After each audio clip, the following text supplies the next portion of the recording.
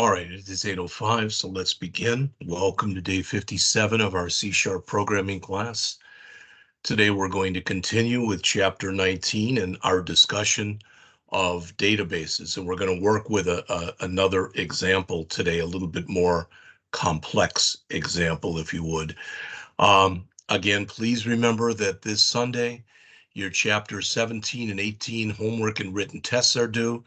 For chapter 17, you only have to do the written test, and for chapter 18, you have to do both the written test and those three homework assignments: the employee search, the song search, and the student grade assignment.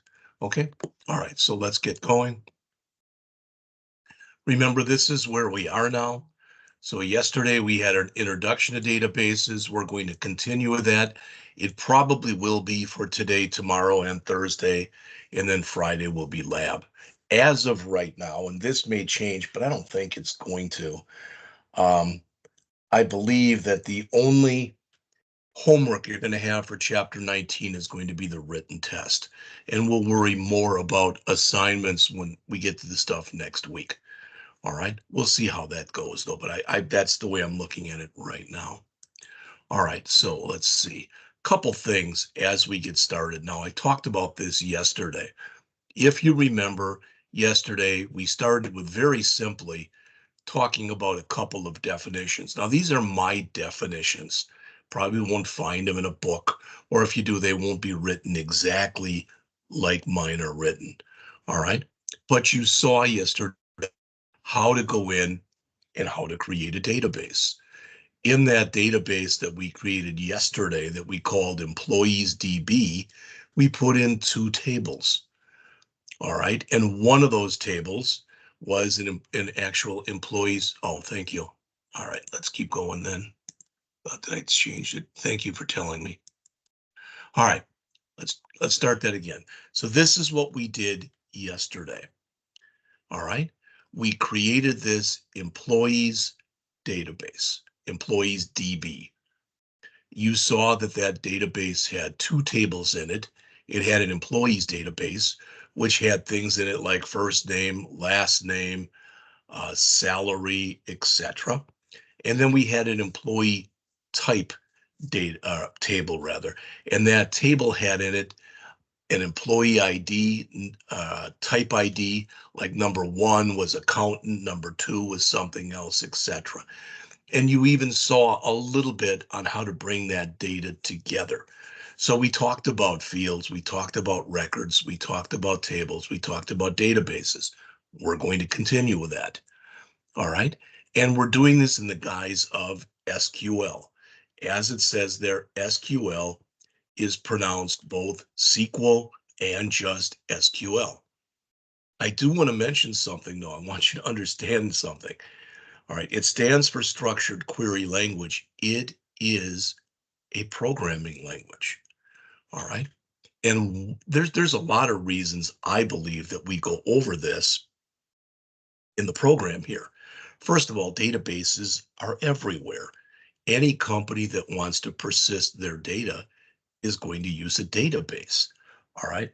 Plus, if you're not aware of this, getting into and working as a database person, you can make a lot of money. All right. Bigger companies don't have a single person in charge of all their database stuff. They'll typically have a team. And you may or may not have even heard that the term, for example, DBA, which stands for Database Administrator. All right. And, you don't typically, you're not going to come out of a 2-year college, even a 4-year college, and go to a big company and become a DBA like that. You'll work your way up. But from what I remember, this was back in 2023, but the average salary nationwide for a DBA was $175,000 a year. So it's a very lucrative job to be in. All right. And then we got into talking a little bit more of the particulars. So I mentioned the select statement. You saw many select statements yesterday. You'll see more today. We looked a little bit at the insert where we could add new records. So select does not change the data. The first one there, the select statement, that's a really important concept. Select does not change the data, but it allows you to look at the data in different ways. All right. Insert allows you to create new records. That's what insert is all about. Update and delete work with existing records. Update allows you to change existing records. Delete allows you to remove existing records. And as I mentioned yesterday, even though it's select, insert, update, and delete, it's typically these operations are referred to as CRUD operations, where create is the insert, read is the select, and then update and delete. Now, one thing I mentioned to you yesterday, and you saw this, and I added a little bit to it down here, but that really, when you talk about SQL, it consists of three different types of languages. We looked a little bit yesterday. We didn't really use create when we were working with this, but behind the scenes, when we created the new database, we were using create. Alter in, and you can change, for example, let's say that you wanted to change the name of a column, of a field in your table. You can do that with alter. If you decide, let's say that you've got a first name, middle initial, and last name, and you decide you don't want the middle initial, or you've got a first name and a last name, and you decide you do want the middle initial. All right, you can alter a table by doing things like that. Occasionally, you decide that you don't want a table, for example. It's just for whatever reason, you don't need it. So you can use drop. So create, alter, and drop. They're called data definition language commands because they're working with the schema, not with the data itself. When you want to work with the data itself, you use the DML, the data manipulation language. All right. And that's the stuff we were starting working with yesterday, the select, the update, the insert, and the delete. All right. There is another one there, and you can see this that we didn't talk about yesterday, and it's typically referred to as DCL. It's data control language. Now, with that, if you were working at a company and you are working in a database, but you are not a database administrator, you won't work with grant and revoke. They deal with privileges. Who can see what? And I've given this example before. I'm just going to say it again because it's one that virtually everybody can understand. All right. For my home, the house that I own, okay, we've owned it for 6 years, my wife and I. We're still paying it off. But the point is, probably this has been in the last couple months, the fourth time the loan has been sold to a different bank. All right, well, why am I telling you this? Well, what happened was we had a problem. They weren't sending us our the payment book. All right, and then finally, when they did, they hit us with a big fine saying we hadn't been making the payments. Well, my wife actually tried to do this, and the point is this: I went in there and I went into the bank myself and I talked to the person working, and was helping me with certain things. But then when I asked her a couple of questions that were kind of personal about the loan, she said, well, I can't give you that kind of information. And she had to call somebody else over. Why? Because she was not granted those permissions, all right, to go and look at that stuff. So a database administrator will grant permissions or possibly revoke permissions. All right. We had a guy who worked here, Paul Smith. Paul's a real good guy. He worked here for about 4 years. Then he went back into industry. He did that a couple of years ago. Well, the reason I'm telling you that is Paul could get into inside Rankin and do some stuff, but I imagine once he left, they revoked those privileges that he had. Somebody did. All right, because he didn't work there anymore. All right. We did look yesterday. We started to look at SQL Server Management Studio, also known as SMMS, but we're going to continue with that today. And then the last thing that's in here, I just want to say a couple things about this before we get started.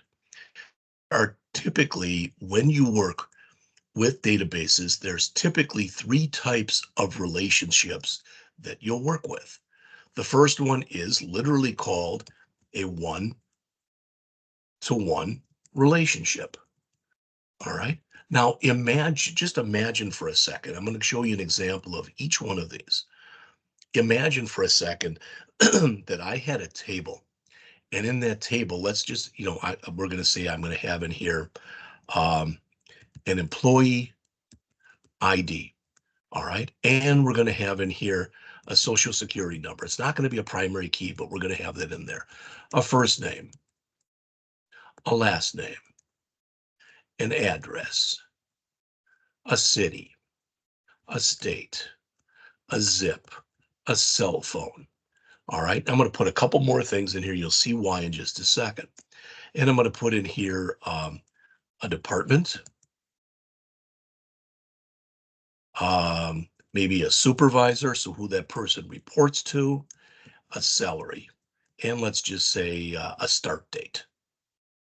Okay.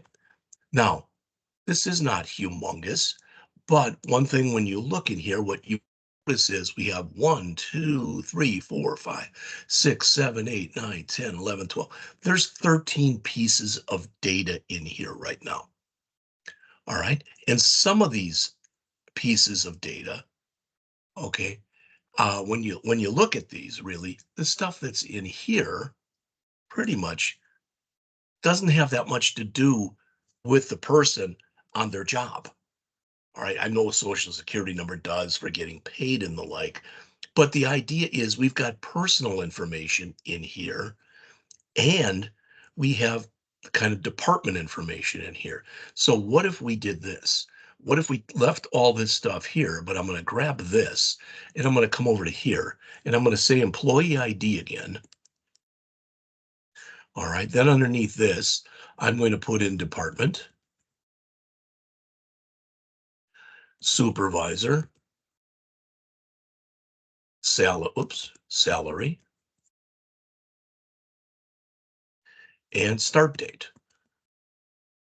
So now what I've done is I've taken this one table and I've broken it up into two different tables.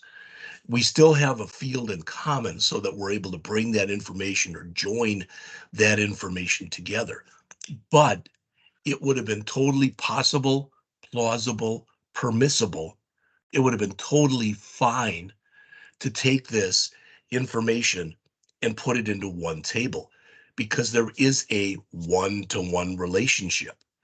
Every one employee has one department she or he works for, one supervisor she or he reports to, one salary she or he has, etc. So when you take a table and decide to break it up into multiple tables, when it could be just one table, when it could be, that's a one-to-one relationship. So again, that's what you see right here. All right. Now, sometimes you do that just because it's too hard to work with everything. Or, like I said, you might have HR people, one HR group that deals with personal information, and another HR group or another individual who deals with employment information. So there might be very valid reasons for doing this. All right. If you think about what we did yesterday, we had a one to many relationship.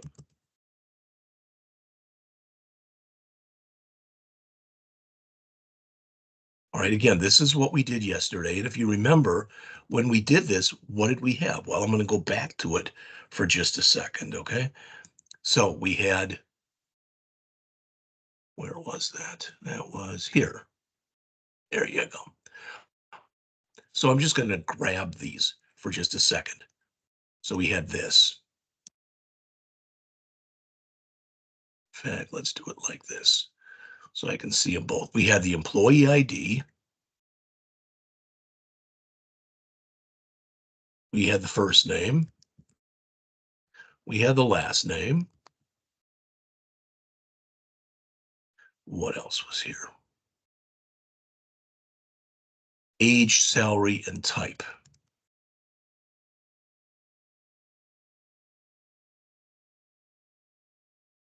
All right, that was what was in one table. Then in the other table, it's pretty simple, the type ID and the job title.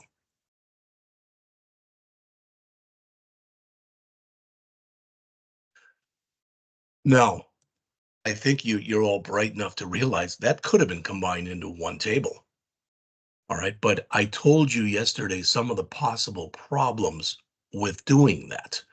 And that would be that you might spell accountant differently in one table as opposed, there's all sorts of things that could potentially happen.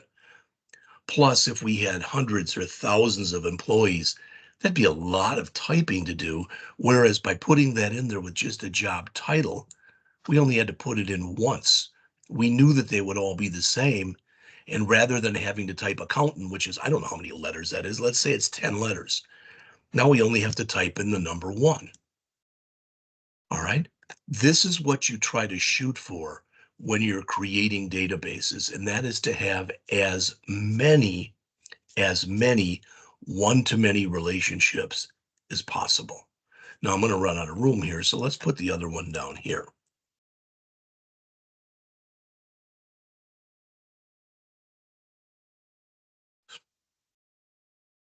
And again, this isn't going to be the greatest example, but it will demonstrate what I'm looking for. So let's say here we've got a table, and this is going to be a student. So we'll have student ID, student, first name,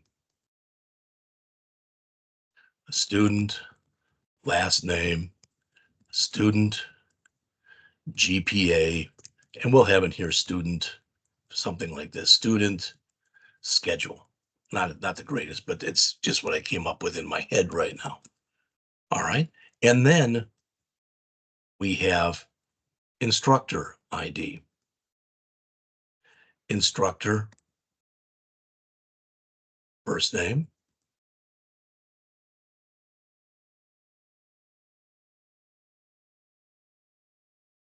last name, and let's just say in here we have instructor schedule.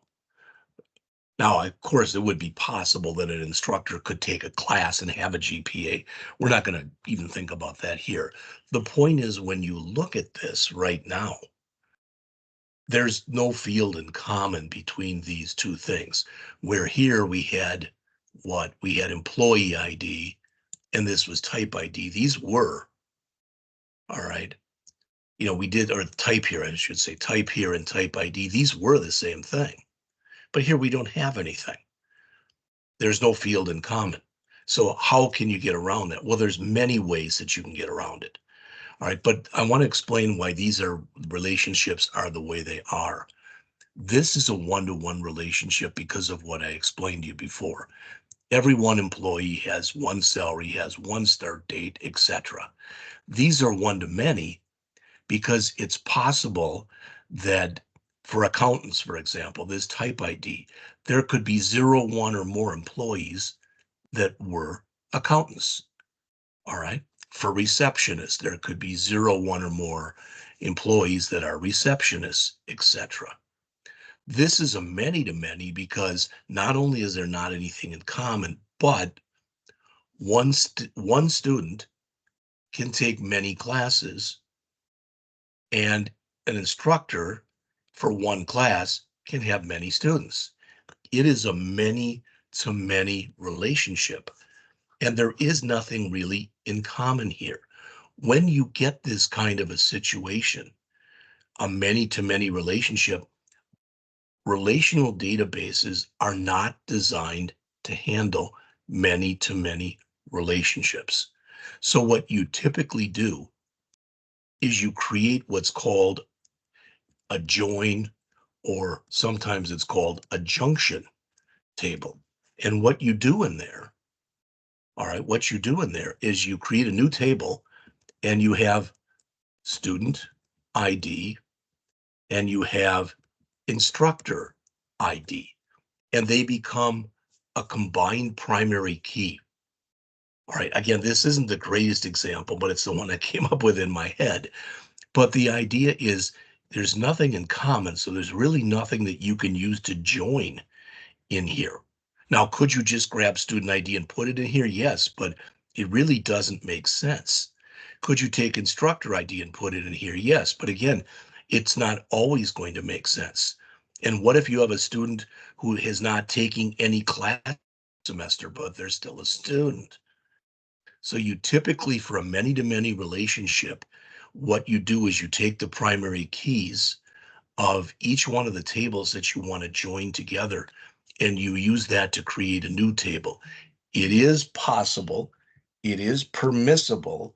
If you want to do so, you can add other fields in here as well. Sometimes that's done. All right, does it have to be done? No, but it can be done if you want to. So what I'm trying to show you here, like I said, is basically I'm starting to show you relationships that you have. Now, with what we had yesterday, it was pretty simple. We had this. It really and truly was pretty simple. With today I sent you an email, and in that email, all right, I sent you a couple tables. All right. One table had schema in it that we're going to look at in just a couple minutes. In fact, that's right here. And the other one had data or records in it, and that's right here. And we're going to look at both those. But before we do, I want to say a couple more things about relationships. All right. Now, I didn't give you this today. I can, if you want it, I can send it out later, but I want to show you this. With what we're going to work with today, there's 7 tables. And these are the relationships between the tables. This was the best picture I could come up with here. So there's 7 tables, a jobs table, an employees table, a dependents table, a departments table, a regions table, a countries table, and a locations table. All right. And you may or may not see this, you probably can, but you'll notice that with most of these, they've got this thing here with like it looks almost, typically it's referred to as railroad tracks. And you got another thing down here, all right, and that's typically referred to as crow's feet. What most of these in here are meant to symbolize are one-to-many relationships. What this means is every one job can have, when you say many, many means 0 or more. That's what many means. All right.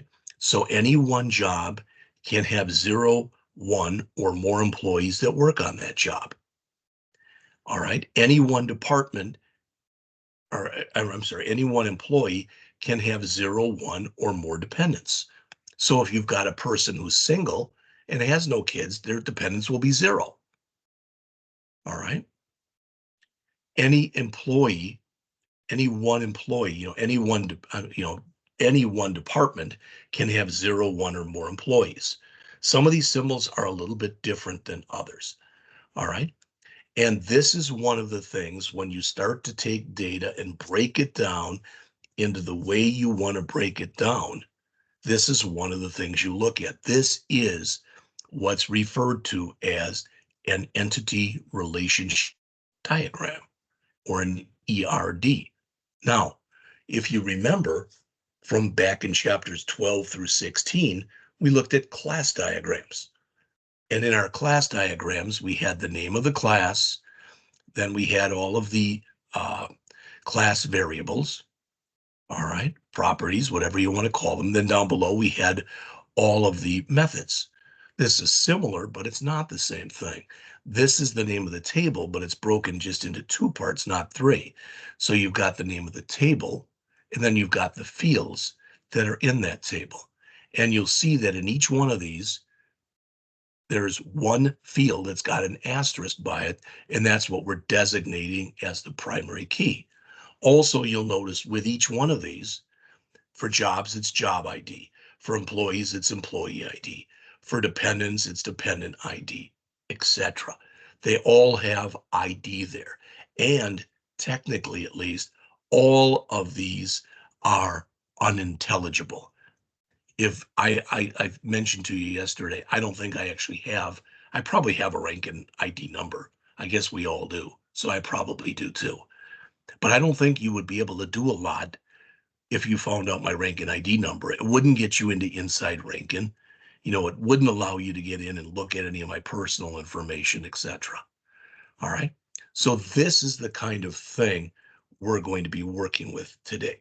Now, before we get into that, and we're going to in just a few minutes, I wanted to go back and just mention a couple things because I kind of felt that yesterday at the end of the class, I was rushing through to finish that chapter, and I didn't want to do that. All right. So we did talk yesterday, and they mentioned it in here about rows and columns. All right. Rows are also referred to as records. Columns are also referred to as fields. We talked about that before. We've also talked about the concept of a primary key. And I mentioned that a primary key is basically referred to as it's a unique record identifier. All right. Yesterday, in the example that we used, if you remember when we went back and we looked at this, grab that again. All right. That each employee, well, I guess we removed them, but originally we had here 1001. And then the next one was 1002, etc. But these were unique values that we put in. We let the system figure them out for us. All right. And that was using that identity specification from yesterday. But the point is, it was doing this for us. All right. Okay. Sometimes you need more than one field in your primary, your primary key. You need two different fields, and they're going to be an example of this in the chapter, and we'll look at it in just a moment. All right. So like I said, we'll look at that in just a moment. But when you have that, when you've got a primary key that consists of more than one field, as it says, it's called a composite primary key. All right. Okay. They mentioned here that you can have non-primary keys. That's not typically that big of a thing. All right. If I were to do something like I showed you before, where I was putting in social security numbers, and let's face it, they're in there. There's in some database someplace, your social security number is in there. All right. I don't know if it's Rankin or someplace else. It might be in a lot of places.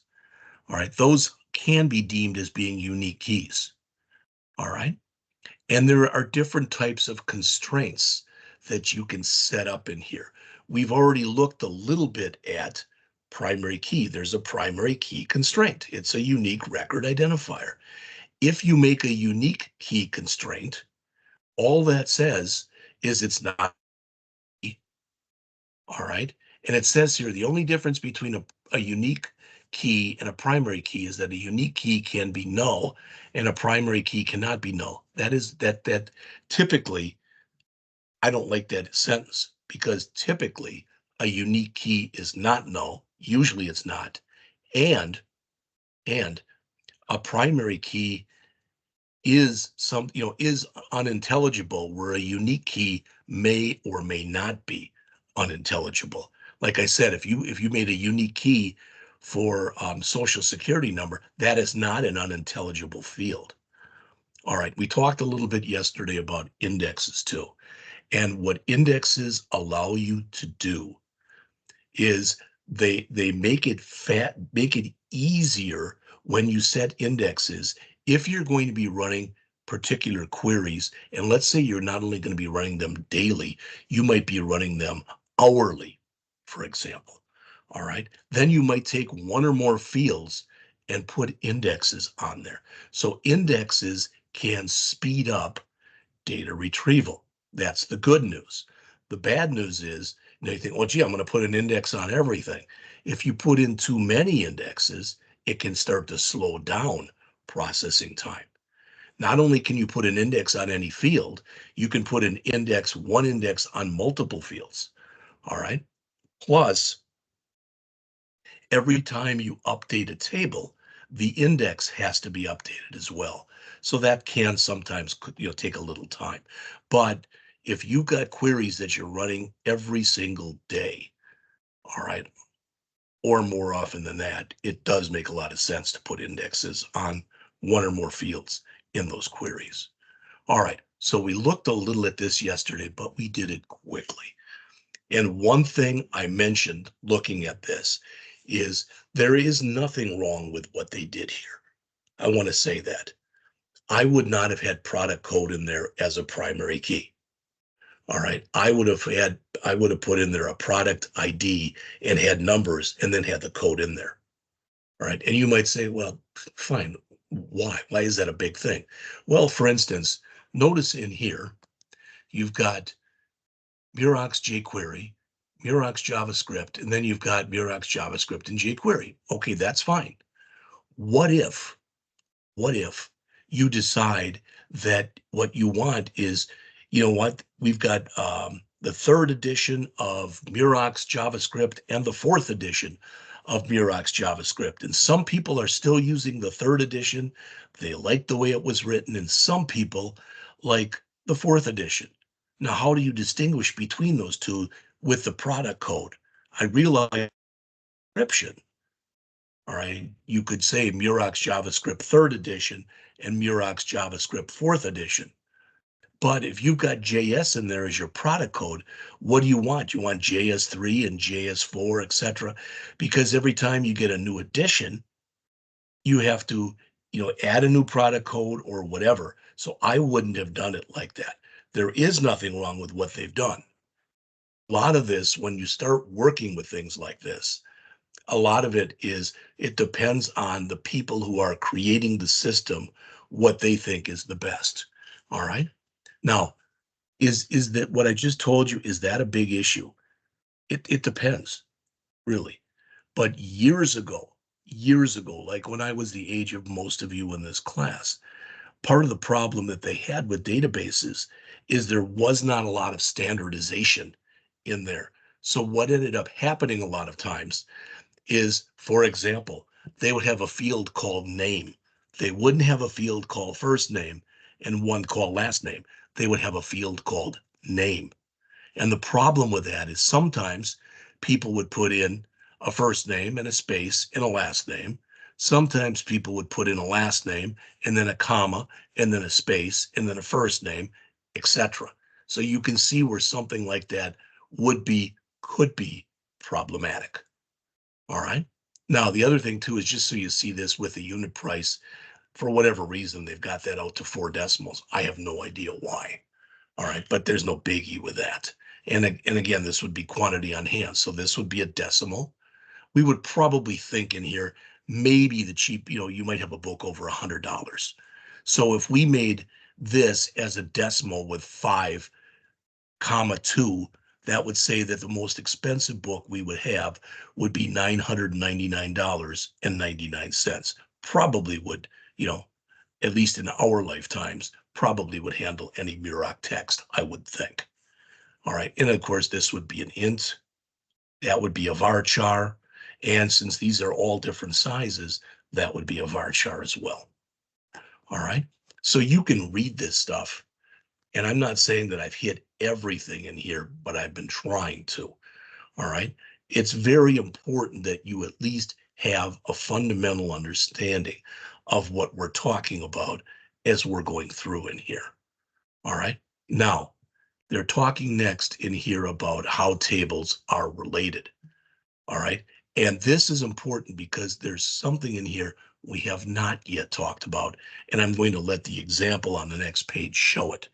They mention a one-to-many relationship. I've shown you an example of that. They do not mention right here a many-to-many or a one-to-one relationship, but you've been exposed to those as well. But what's new in here, in fact, there's the many-to-many, and they called it a linking table where I called it a join or a junction. There's a one-to-one. But there's another kind of key other than primary key that's important in here, and that's something that's called a foreign key. And let's look at that. All right. Now, when you look in here, these are showing you two different tables in here. All right. The first table is an invoice table. Okay. And in other words, invoice 41 was for customer 333. It was on this date. Here was the total. Here was the sales tax, etc. You can see all that stuff. You're all bright enough to see that. Not a problem. However, this invoice, if you look in here, this is probably one book. So is this. So is this. But when you get down to the bottom here, I don't think that Muroc has any book that's $234, and I don't think they have any book that's $287.50. So what this is this is the invoice for our customers. These are what are called the line items. So invoice 41 had only one book in it. Invoice 42 had only one book in it. But when you get down to the bottom, invoice 46, when you look here, had 1, 2, 3, 4 books in it. All right. Why am I telling you this? Because in here, invoice ID, having just one field in there is good enough. Having just one field in there is good enough for a primary key. So it is a primary key with a single field. All right. But in here, that's not good enough. In here, what we need for this to work is we need a composite primary key. So the primary key in the example below is a combination of invoice ID and product code. All right. Because if we look, we couldn't have ID because there's multiple 46s and multiple 47s.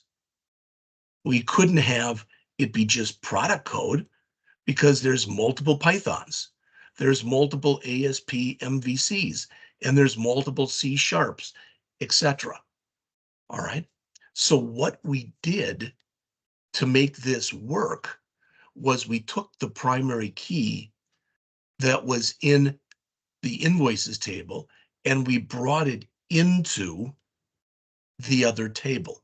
Now, in this case, when we take the primary key from a parent, so to speak, and put it into a child, all right, in this particular case, it's part of the primary key of the other one.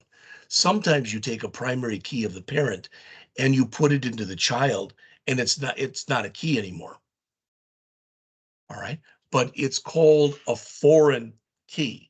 And if I jump back to the page we were previously on here, it says typically relationships exist between the primary key in one table and the foreign key in another table. The foreign key is one or more that refer to a primary key in another table. All right. And it says there's other ways that you can set this up, but they're trying to, in here, you can't, when you start talking about databases in a book like this, where they've given it maybe 100 to 200 pages, you can buy database books that are thousands of pages, and I'm not exaggerating. So they can't show you everything, but they're showing you quite often how this would be done. So as they mentioned here under the concepts, that first one that's there, the tables in a relational database are related to one another through key columns. All right. And as it says, the invoice ID in the invoice line items is a foreign key because it identifies a related row in the invoices or parent type of table. Usually, as it says, a foreign key corresponds to the primary key in a related table. All right, that's typically is the way that it's going to happen. All right. How the columns in a table are defined. Well, when you look in here, what you didn't see yesterday, all right, we may or may not look at it today, but when you start to fill this stuff out here, all right, this is GUI, believe it or not, this is GUI. If you remember, we right mouse clicked on a field like this yesterday, and we chose primary key, and it put that key there. All right, when you do this GUI, this is what happens over here. So for instance, in this example, they've set the primary key up to invoice ID, and you can see that's where it is. There are no check constraints. What the heck is a check constraint? Well, as an example, if we go back to what we looked at earlier with something like this, okay, Rankin has that when you are setting up your student schedule, I believe, unless I'm mistaken, I don't think I am, but we'll see, that if you are a full-time student at Rankin, for instance, let's say that you wanted to come in and you were just starting at Rankin and you came in and you had a 4-year degree already in a non-related field, but you've taken all of your general education classes already. So all you have to do is take the 4 classes, all right, that we offer in the AWD program. So in other words, you would need AWD 1000, AWD 1100, this class, AWD 1111, and AWD 1115. All right. Because I have had people come in there and say to me, hey, this is being offered online this semester, and this is being offered in the classroom, or vice versa. I'd like to take both of these. And it actually would work, because one would be online, the other would not, or maybe they're both online, or maybe they're both, it doesn't matter. But I believe that Rankin prohibits people from doing that. And the main reason for that is what you typically get told when you register for classes is, okay, you're going to have anywhere from 15 to 20 hours of lecture a week, and you can plan on taking anywhere from 10 to 20 hours per week to work on homework and labs and whatever. And if you take the maximum of both of those, that's 40 hours. And some people do need 40 hours a week to complete these classes. And again, as you'd guess, they get more complex as you go on. This class, I believe, is more complex than this class was. This class is more complex than this one is. And as far as the last one, I'd say these two are fairly, even with one another. But getting back to what I mentioned, if they're saying that you're going to spend an average of 40 hours a week on a class, they're not going to let you take 2 classes where you're going to be averaging 80 hours a week. Because if a person is spending 80 hours a week on their schoolwork, and let's say they're also working 40 hours a week, that leaves you 40 hours, only 40 hours left, or 48, to get everything else done in your life. So that would be basically a check constraint that would say you can only take 1 program course per semester. And there's all sorts of other ones that you can come up with depending on the situation. All right, here are some of the common data types. We've talked a little bit about these yesterday. I showed you, and I don't have it up anymore, but a big picture that had all of the different data types. All right, I do want to mention something to you because I'm a big person and a big proponent, so I'm in favor of this. But if you do go out as an example to w3schools.com, all right, and you go out to their tutorials, they good, the Learn SQL. I've gone through that before. All right, now some of the stuff that's in here, the syntax might be a little different because this is just straight SQL. And every language has their own version of SQL. So some of them are a little different, but you can see all the stuff that's in here. All right. So you could go through that and learn a whole heck of a lot, is what I'm saying. All right. Again, this was the design of that MMA books database. All right. And we looked at it a little bit yesterday. Let's look at it a little bit more today. All right. So here's an example where if you look at customers, we've got a primary key of customer ID. All right. And when you look at invoices, we've got a primary key of invoice ID, but we added to the invoices table customer ID. It's not added as a primary key. This is a foreign key. We added this field so that we're able to directly join together these 2 tables. All right. Same kind of thing in here where we've got state. All right. Same thing in here. And this is the example that we looked at before, where invoice ID is the primary key of the invoice table, and invoice here we've got a composite primary key of invoice ID and product code for the invoice line items table. You can see all the rest. All right. And they explain these in here. It's done pretty well. And as I said yesterday, all right, that thing there with the the 8 that sometimes looks like it's upside down or sideways, that's the many side. All right. Now you may have noticed this is one way of drawing one of these entity relationship diagrams. And what I showed you in here was another way. All right, so one of the things I will include when I send the email a little bit later today, if you're interested, if you're not, then just, disregard it. But I found this online that I thought was pretty good.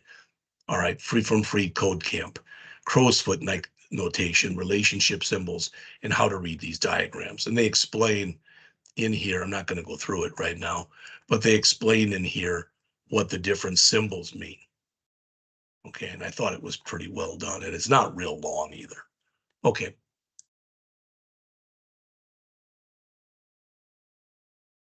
All right. How to use SQL then to work with a relational database. We started talking with this yesterday. I showed you multiple examples of select statements. Toward the end of class, I showed you an insert, I showed you an update, and I showed you a delete. But again, we kind of rushed through that at the end of class, which was not my intention. All right, so I want to make sure that we talk about this before, but I want you to see this. Each database management system has their own SQL dialect. What that means is, for example, one of the things I thought of showing you in here before we got into SQL Server was another relational database management system that's called MySQL. All right. And would it have helped you, your understanding? It might have helped, it might have hurt. I've done it in the past before where I've gone through that. I've done it in the past before where I haven't gone through it. But the point is, when you do go through this stuff, the way that you write queries is a little bit different between writing them in MySQL and writing them in SQL Server. That's all. All right. So you come in and you're going to write a query. We're going to talk about all this stuff on the next page in a second. When you write a query and you run the query, what you get back is a result set. So for instance, if we look at this example that's right here, we want the name and the city. So name is one field. It's not a first name and a last name. It's one field. And you can see it's last name, comma, first name. All right. So we want the name and the city of all our customers, but the state for the customers must be Washington. Okay. And then we're going to order it by the person's name. So you can see that is. Okay. Now I'm looking here and it does not look, unless I missed something, we don't have two people that have the same name. But let's imagine we had Alan, comma, Craig and Alan, comma, Mary. Which one would come first? All right. You have no control over that unless when you order it by name. All right. Even with that, you wouldn't, because name is put in that way. Okay, but if you have a first name and a last name, you could order it by last name, comma, first name, as an example. All right. Now, what they're showing you here, it looks a little confusing, but it's really not bad. As it says, it's the syntax of an SQL select statement. So it's select one or more columns or fields. And if you're going to have multiple fields in there, they have to be comma separated from, now notice it says from table 1. You can select from more than one table.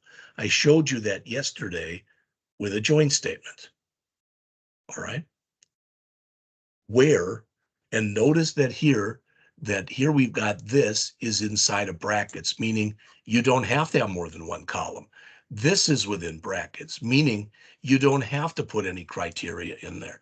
This is within brackets, meaning you don't have to do an order by, etc. So the only thing that you need in here is a select followed by a column and a from followed by a table name. That's the minimal requirements for a select statement. And there's other things that you can put into here also. All right, I hope to get to those either today or tomorrow. There's group by, which we looked a little at yesterday, but there's something called a having clause HAVING, and there's other things as well that you can put in there. All right. So you can even do calculations in columns. You can do math in there. Now, some math that you can do, depending on what you're working with, some of the math that you can do is very limited.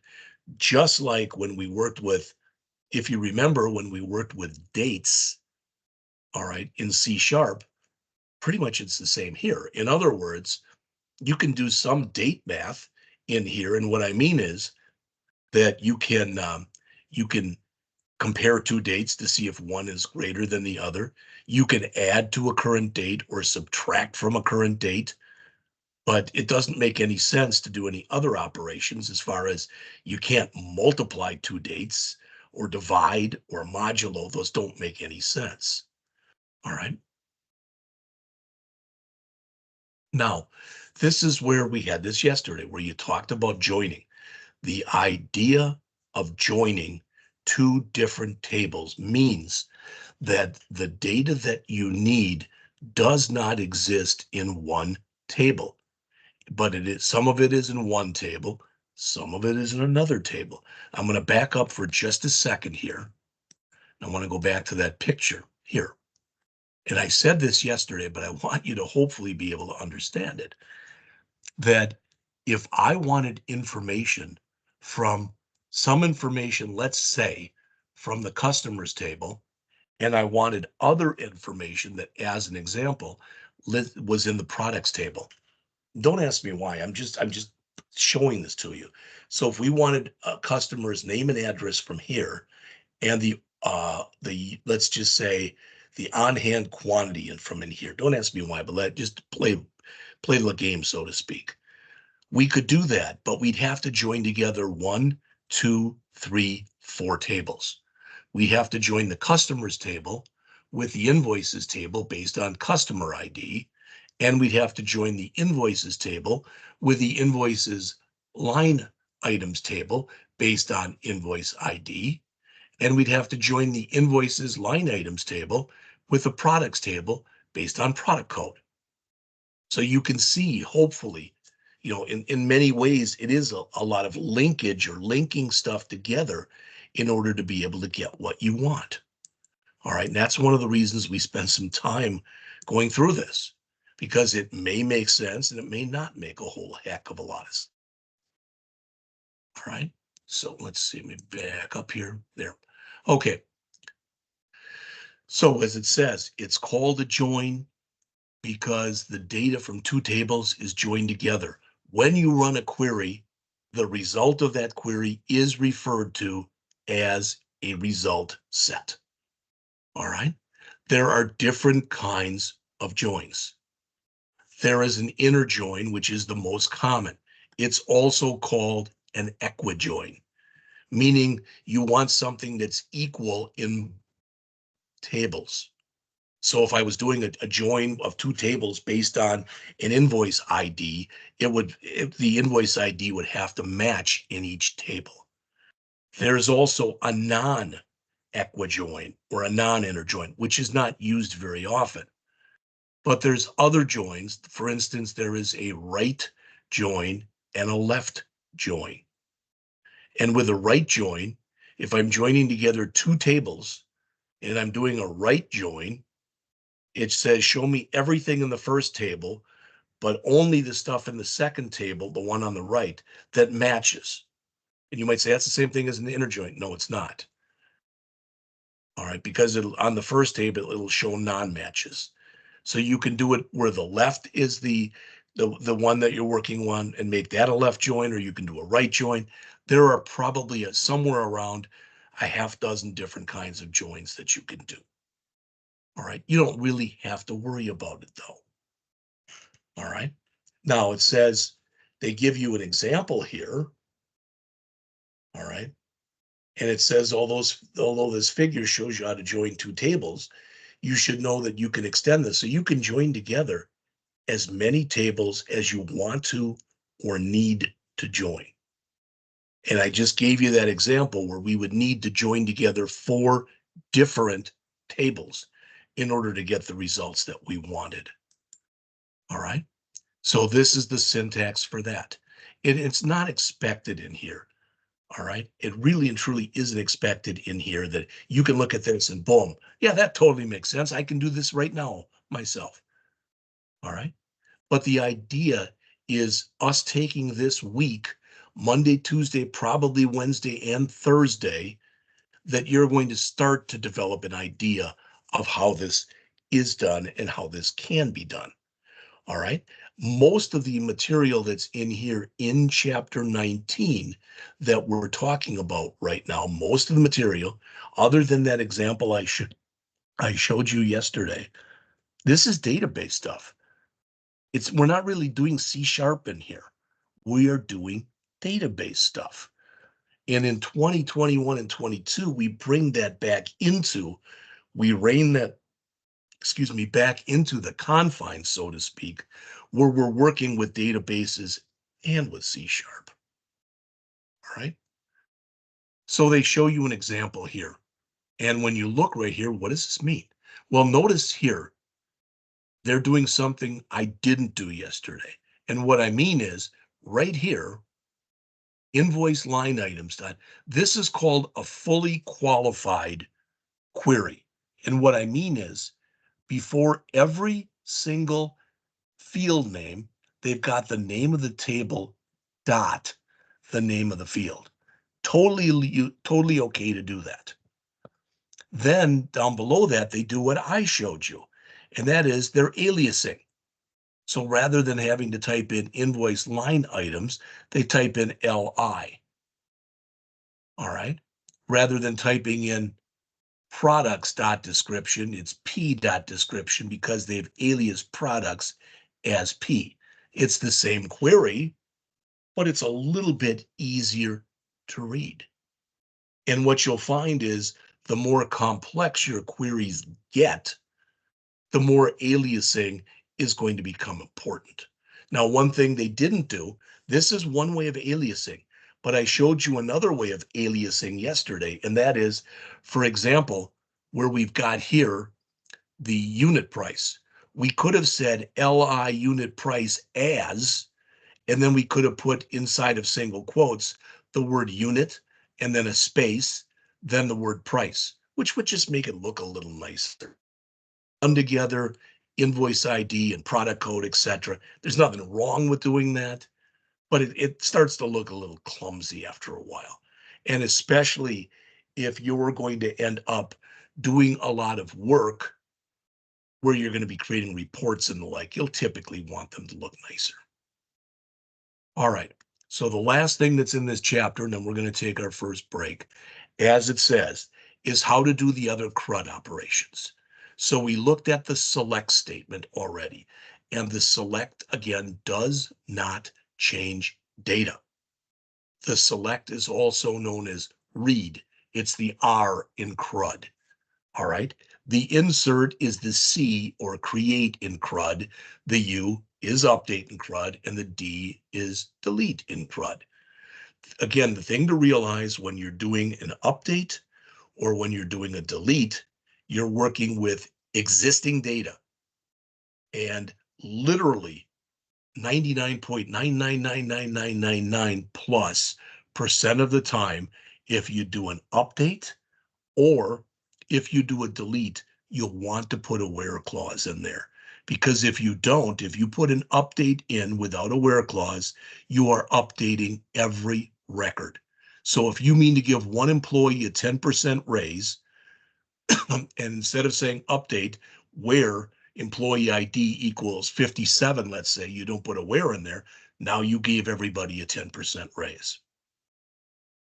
In the same way, when you go in and do a delete, if if that employee leaves and you say delete from employees where employee ID equal 57, that'll remove just that employee. But if you say delete from employees and you don't put a where clause, now every single record is gone. That's why you probably have already figured out the fact that it's very important when you're working with this stuff to have backups. Okay. You have backup of your entire database, and you will back up the database several times. I mean, I can't even fathom how many times a place like Amazon must be backing up their database because they're constantly selling things. They're constantly getting rid of inventory, getting more inventory, possibly changing prices, etc. All right, so there's the syntax for an insert. All right, you typically do say insert into, just like they show in the example. Insert into, followed by the name, of the table. If you want to put something in every single field, you don't need to put the field names in there. You can, but you don't have to. All right. Now, too, this looks a little weird. Our Murox. Well, notice in here this. That's because you've got Murox, the word Murox with an apostrophe S. So you need apostrophe there. Looks a little weird, but that actually is correct. So this is adding a new record into here.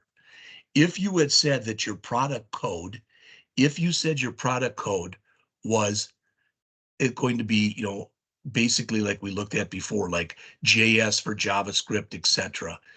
If we already had a product code of just R in there, this would fail. It would come back and say that, that's not a unique primary key. All right. Here's an update. Again, it's update followed by the name of the table, set, and you can have multiple fields in here.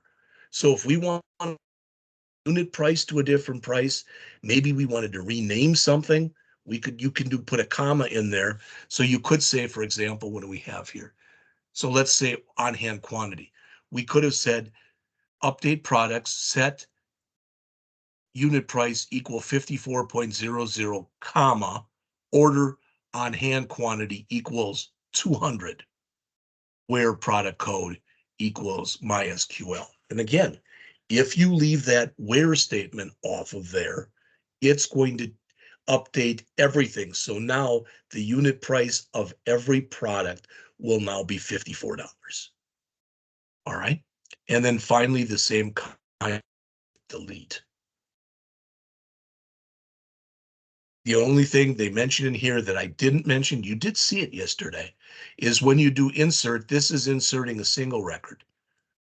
But where you've got this, you could put a comma on the end and then put in another record that had a product code, a description, a unit price, and an order quantity inside of its own set of parentheses.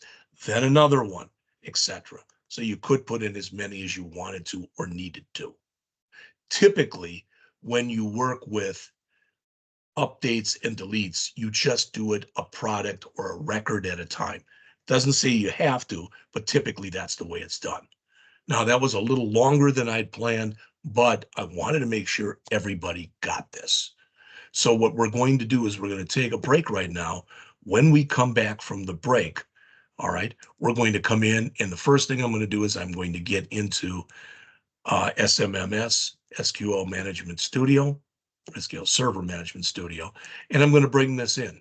We're going to talk about this first, but I'm going to bring in, this is the schema for all 7 of the tables, and then this is the data for each table. We're going to do that, and then we're going to write some queries based on that information. It's 9:08. Let's come back, please, at 9:20.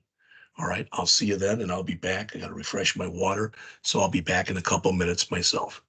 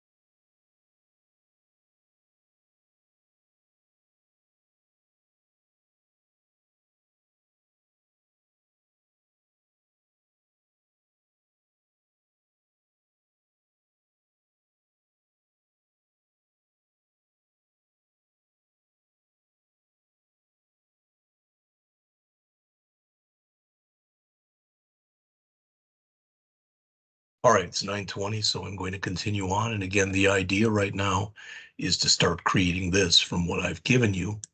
So what I'm going to do, and there's different ways of doing this, and I'm going to explain what I mean in just a second, but I'm going to start up SQL.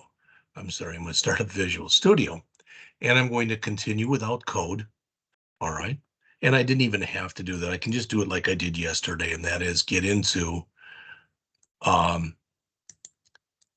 Microsoft. Whoops, come on back in here. Microsoft SQL Server Management Studio. Again, even though I've got 18, and if you did it, you might have 19. It doesn't matter. It's not going to hurt anything. The stuff will be transparent between the two. You may be able to do a few things that I can't do. I don't know. All right. So I'm going to come in here and I'm going to connect. And this is meant to be a human resources database. So when you look in here, if I look under my databases, I don't have anything called HR. And let's just keep it simple. So I'm going to go over here by databases, and I'm going to use new database. You saw this yesterday. We went over the stuff that was in here yesterday. But to just keep it very, very simple, I'm just going to call this capital H, capital R. I would strongly suggest that not putting any blank spaces in running things together like I've done here. So I put in HR and I'm going to click OK. And there's HR. I don't care that it's at the bottom now. I showed you yesterday how I can get out and get back in again. That's totally fine. All right. But when you do look in here again, we do have a bunch of stuff. So we've got database diagrams, we've got tables, etc. You can see there's a lot of stuff. All right. So we could come in and do a new table right here. That's how we did it yesterday, etc. But what I'm going to do is I'm going to go to my HR database right here. I'm going to right mouse click and I'm going to choose new query. And that's how I'm going to bring everything into here. Now, I would strongly suggest that as you're doing this, do this a table at a time. All right. I think you could highlight all of it and put it in there, but I want to do it one at a time. Before we do, let's just take a look. Notice in here for the primary key, for the regions table, we're putting in identity right there, which means we want it to start at 1 and be incremented by 1. Identity 1, 1. We're also designated that it's a primary key. Then for the region name, you can see it's a varchar of size 25. All right. You can see the default is null. What that means is we can leave the region blank and we won't get an error. All right. It's a varchar, meaning it's a variable length character field from 1 to 25 characters. Then we've got countries, and notice each country ID, that's a char, which means that it expects exactly 2 characters. So for instance, you wouldn't put USA, you'd put US as an example. The country name, variable 40, again, it defaults to null. Notice the ID, the region ID cannot be null. That says to me that we want to be able to join these two tables together because we'll have a region ID in here and we'll have a region ID in here. So the region ID was added in here as a foreign key. And we're even saying that. We're designating this. Now, we didn't say this yesterday. It still acted as a foreign key, but I want to explain what everything that's in gray there means to you. All right. So it is saying that the foreign key in the, that's this. It references from the parent table, all right, the regions table, that ID. Now, this is new.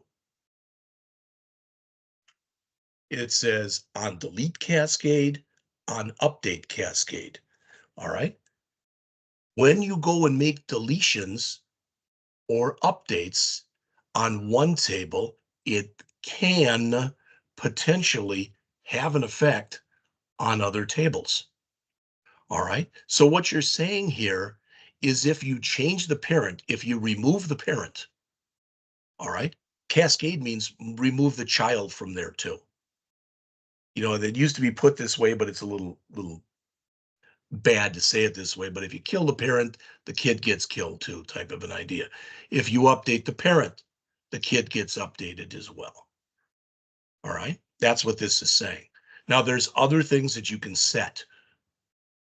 You can set it up so that if you remove the parent, all right, you can, well, this would be a cascade, but if you update the parent, you can remove the child if you want to, or you can set the child to null. So there's different ways that you can do this type of on delete. There's not just cascade is what I'm saying, but that's a very common one.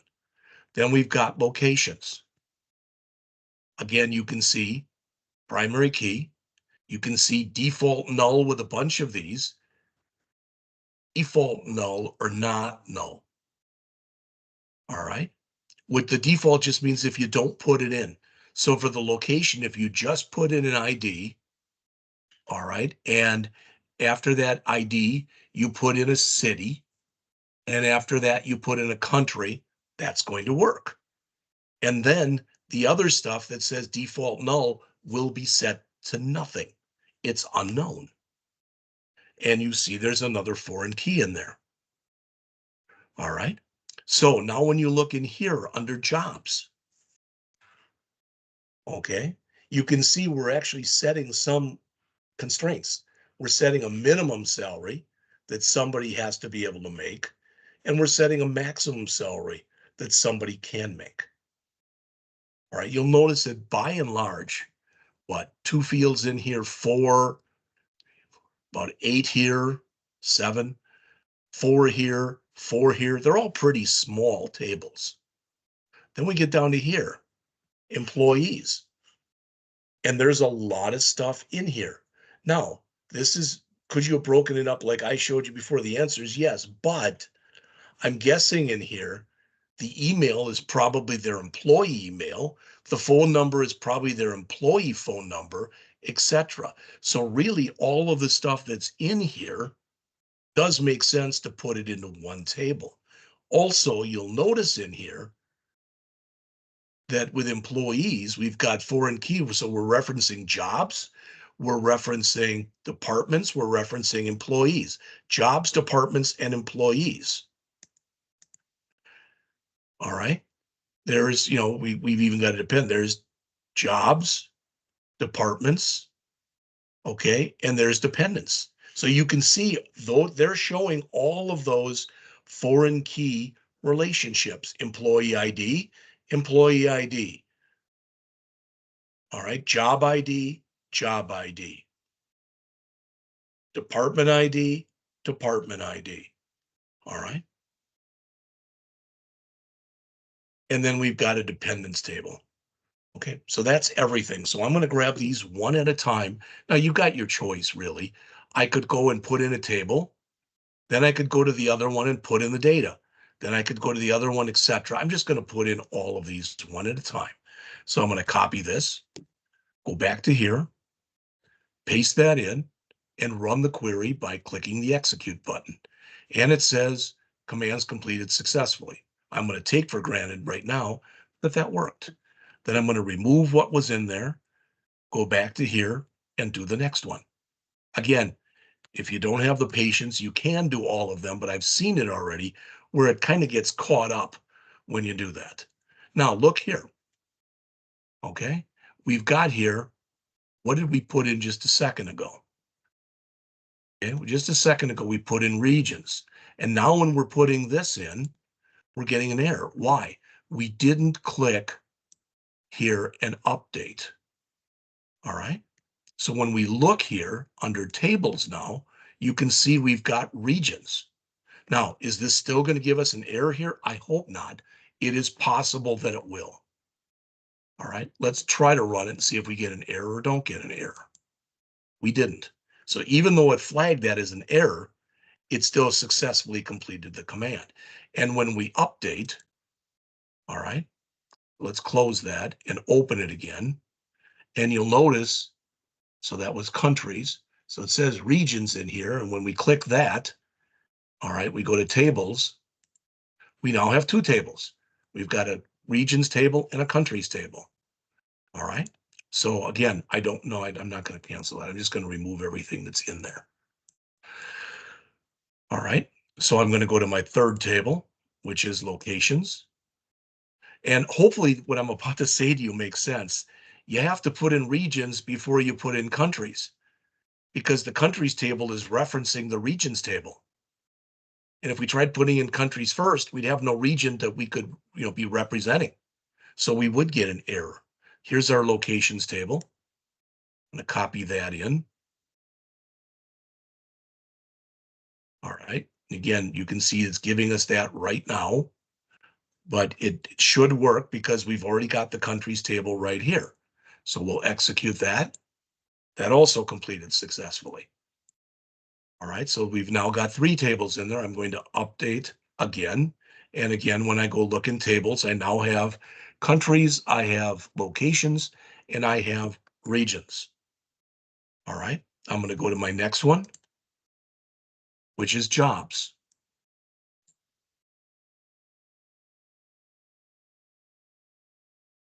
All right, not flagging anything, so I'm just going to run it right away. Says that it was completed successfully. I'm again going to update. All right, I'm again going to go back to tables, and now I've got four in there. Countries, jobs, locations, and regions. It always puts them in an alphabetized order. All right, so I've got my first four. I've got departments, employees, and dependents left.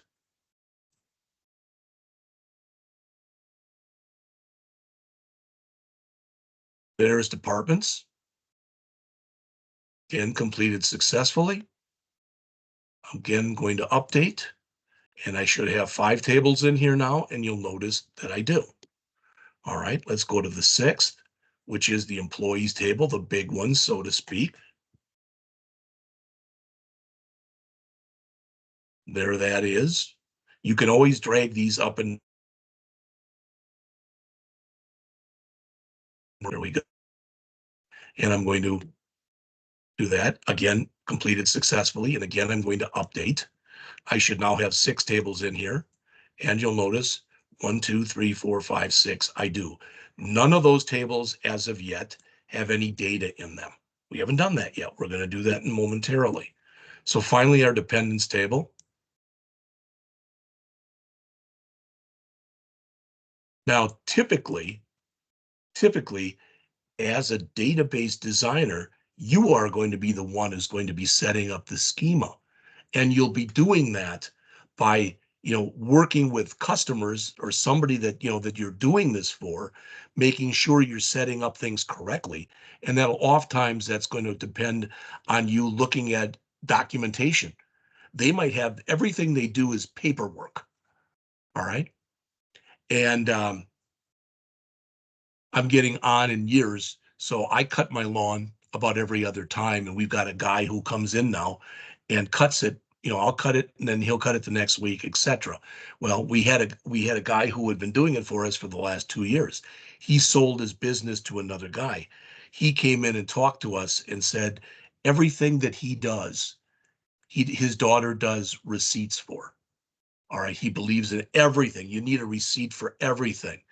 And he said he's finally making the transition over from paper receipts to doing it online. All right. So, I mean, everything in this that you find, everything that you're going to work on in one form or another.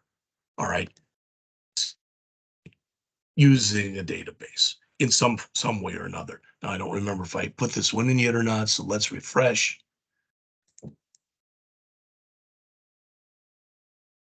Tables, 1, 2, 3, 4, 5, 6. It doesn't look like it, so let's run this. If I try running it again, I get an error, of course, because this stuff already exists. All right. So let's refresh one last time. Make sure we've got 7 tables, and then we'll put in the associated records. All right. 1, 2, 3, 4, 5, 6, 7. Good. All right. And I'm going to put those in the same orders. This one anymore. When we look in here, notice they're all insert into, followed by the name. Now, in here, they have hard-coded in the IDs. I don't know why they did that. I have no idea. It's not that it's wrong, but they'd already, I believe, I thought they had set it up previously as an identity field, so you really didn't need to do that. Here, country ID, you can see that that is put in, and that again is that is not an int field. All right, so let's just go with it. All right, now it says here set identity insert regions on and then off. I've never played with this where I had to set things on or off, so I'm going to try to leave that one. I'm not going to highlight that and set it on or off. I'm just going to come right into here, grab all this, come into here. What the heck happened here? There we go. And paste it in. And then run the query. All right. It's saying do that when identity insert is set to off. I have never had that error before. I have never had that error. And I've never used that before. So I'll have to go back and investigate that. All right. So I am going to go back into here and I'm going to highlight all of it. So I'm going to turn it on. I'm going to put in my records and then I'm going to turn it off. I'm going to do all those. So I'm going to copy that, put that in here. All right. And hit it and run it. Now, again, I get one row affected. You'll notice that's each record that it's putting in there. There are 4 records and there they are. It still flagged these as being erroneous, but it took it. And if I want to double check and make sure that it's okay, I can come in and type in select star from regions, which you have to spell correctly. And if I execute that, there they are. All right, we've got Europe, Americas, Asia, and Middle East and Africa. So that worked, even though it's still flagging this as being an error. All right, so we've got our first set of data in. Let's go to the next one. Now notice with this one, we don't have to turn that stuff on and off. Okay, these are the countries, so I'll do that one next. And again, why you had to do it with a 1 and you don't have to do it here, I'm not sure. All right, I don't believe in making stuff up just so I can tell you something. Again, it's flagging all these as errors, but we shouldn't have errors when I run this. And we get a 1 row affected for each one that it's adding. So there they all are. So there are our countries. Okay. All right, not a bad idea after I didn't do it the first one, but not a bad idea every time to come in here and refresh the, just refresh your database. All right, so go in here. Again, I'll turn that on and then off. This is the locations.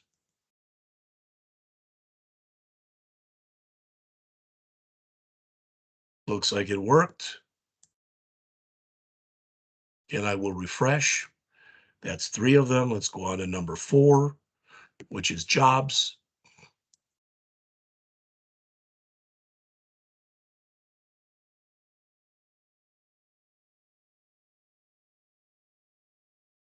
And again, it looked like it worked. So again, I will refresh. Then departments.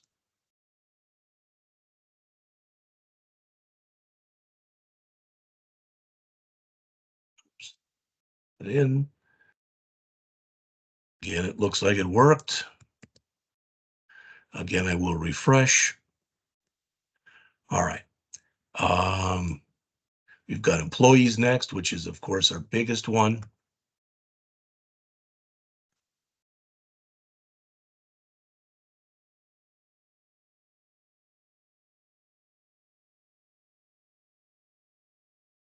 And it looks like it worked. A lot of employees, but it still looks like it worked. Again, I will refresh. Finally put in I think it's the last one or second last. Yep, that's the last one.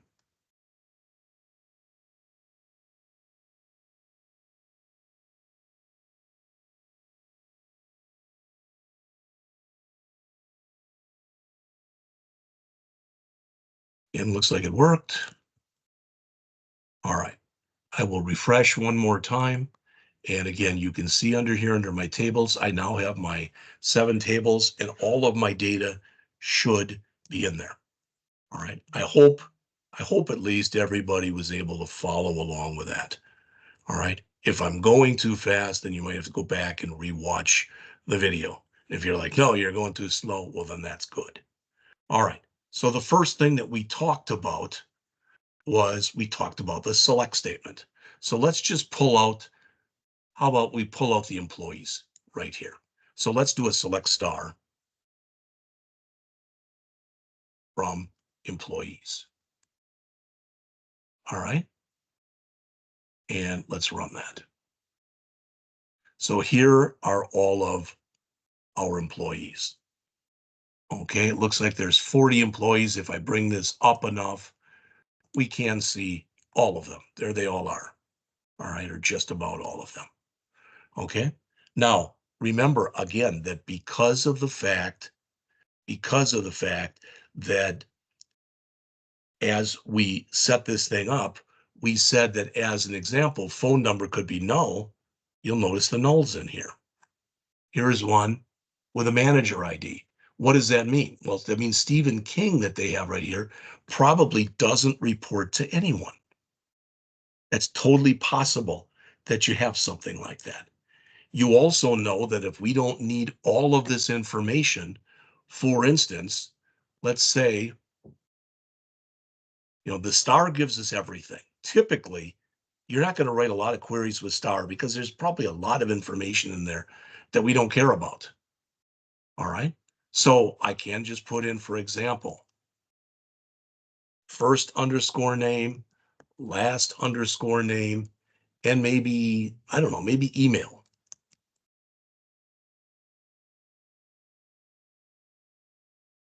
All right. And run that. And again, then that's all I get. Nothing new there. All right. That should make sense to everyone. All right. You also know this. And again, I'm not sure why I'm getting all those errors like that because it's saying invalid even though they're not. But I can come in there. I like to do this. All right, at a minimum, if I have a ton of things I'm putting in here, I might even put these on their own lines. But I like to do it like this. And remember, I can also now come in here and I can say order by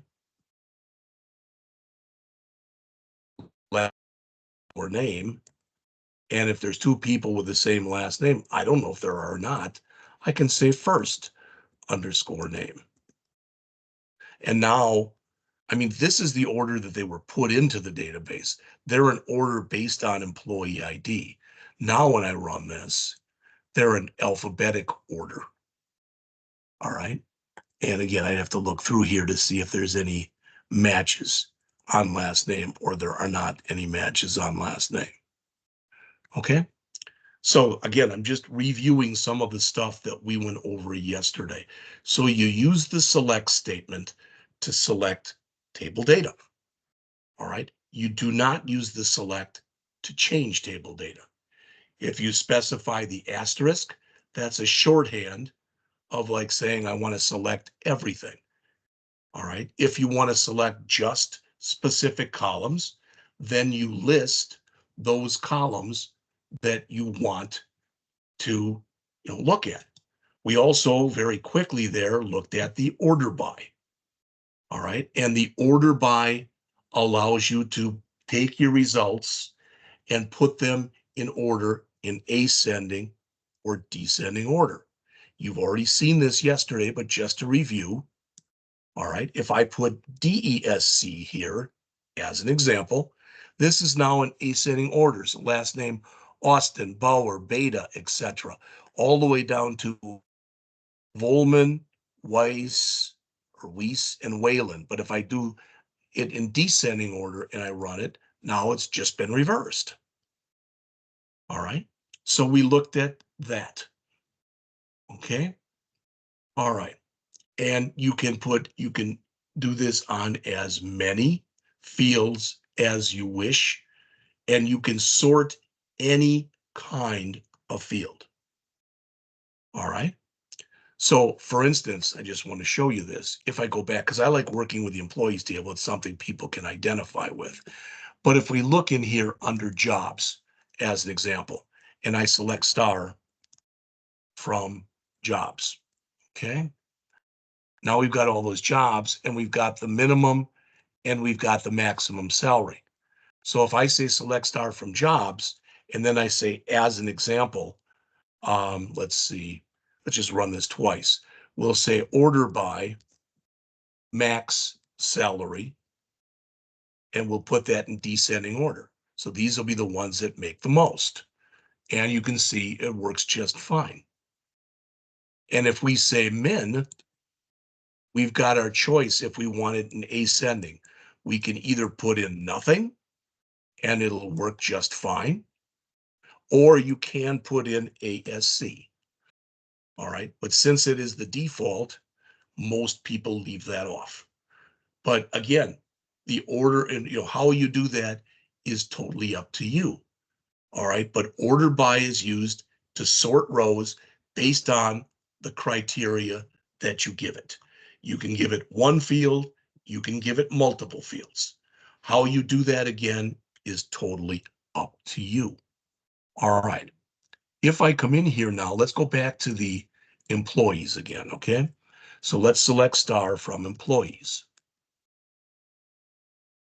And when, whoops, what didn't it like? Select, I didn't say from. All right. And if we look in here, let's see.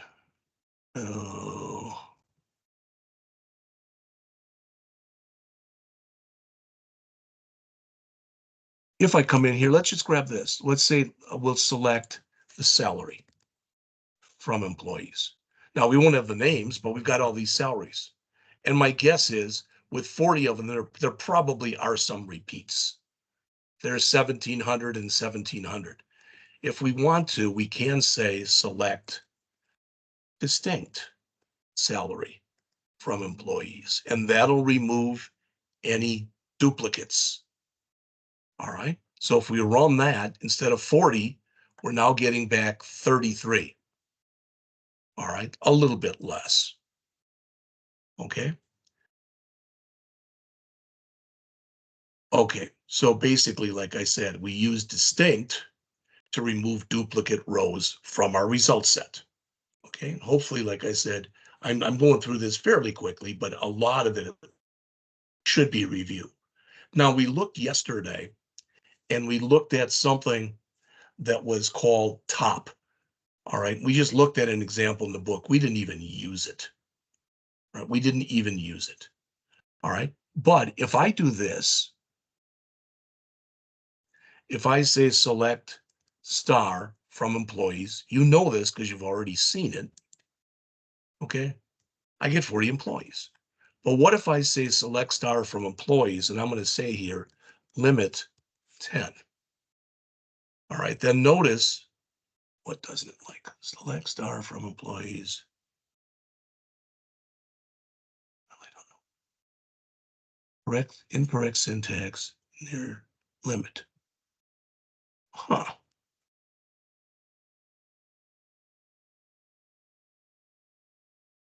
I don't think it might be the star, but I don't think so. Let's look. So I'm going to say first name, last name from employees, limit 10.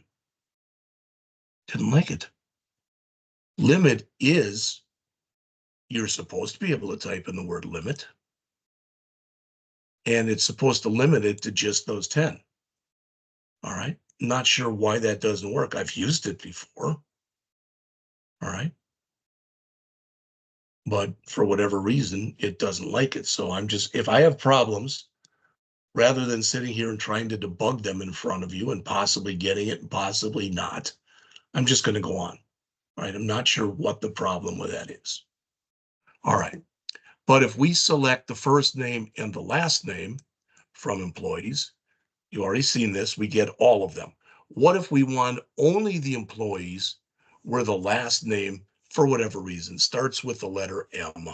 So I'm going to say where last name like, in single quote, the letter M, it can be uppercase or lowercase, and a percent sign.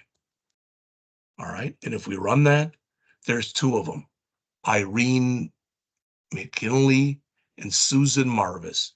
If I change it from M to S and run it, there's only one person with S.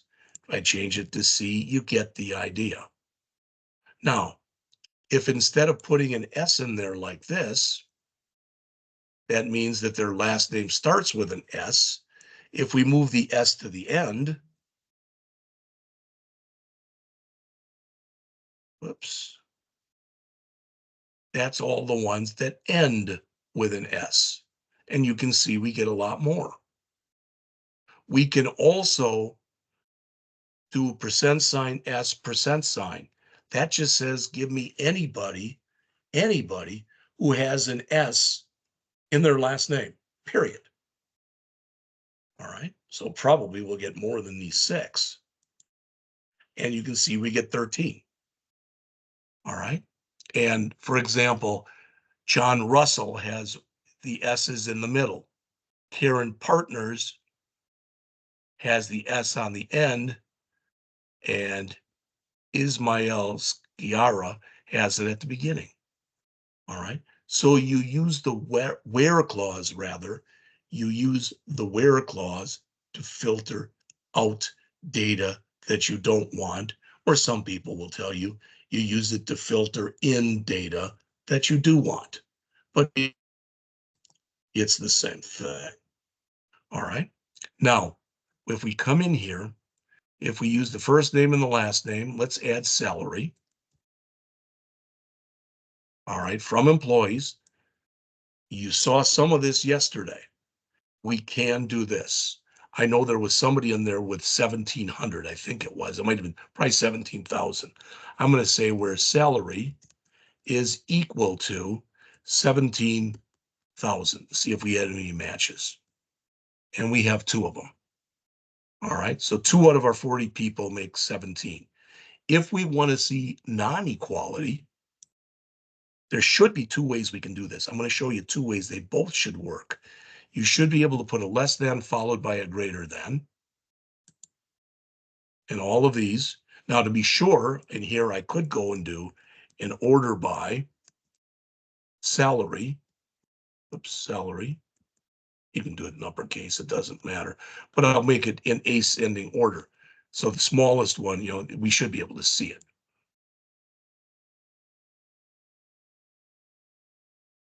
Now it's 5. But when we look in here, there is no 1,700, or 17,000 rather, as we work our way through. All right.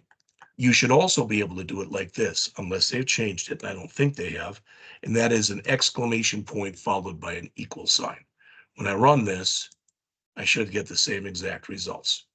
So you can use either when you're doing this for inequality, this, or you can use this. The reason I'm showing you that is there are relational database management systems where you can only use one of those or the other, but you cannot use both. All right, this is one where you can use either one. And as you guess, all right, you can use greater than or equal to, less than or equal to. All right, so you can use all of those. Those are your comparison operators. All right, in addition to comparison operators, all right, there's also logical operators. So I can say, let's do this. Let's do another select star from employees.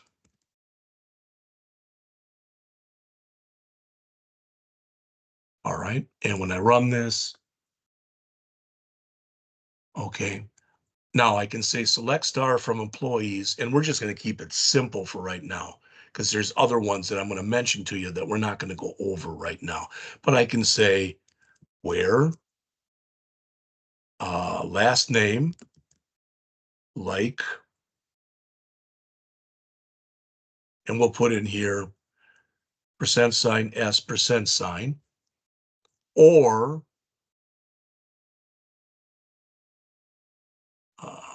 that's going to be a single quote, or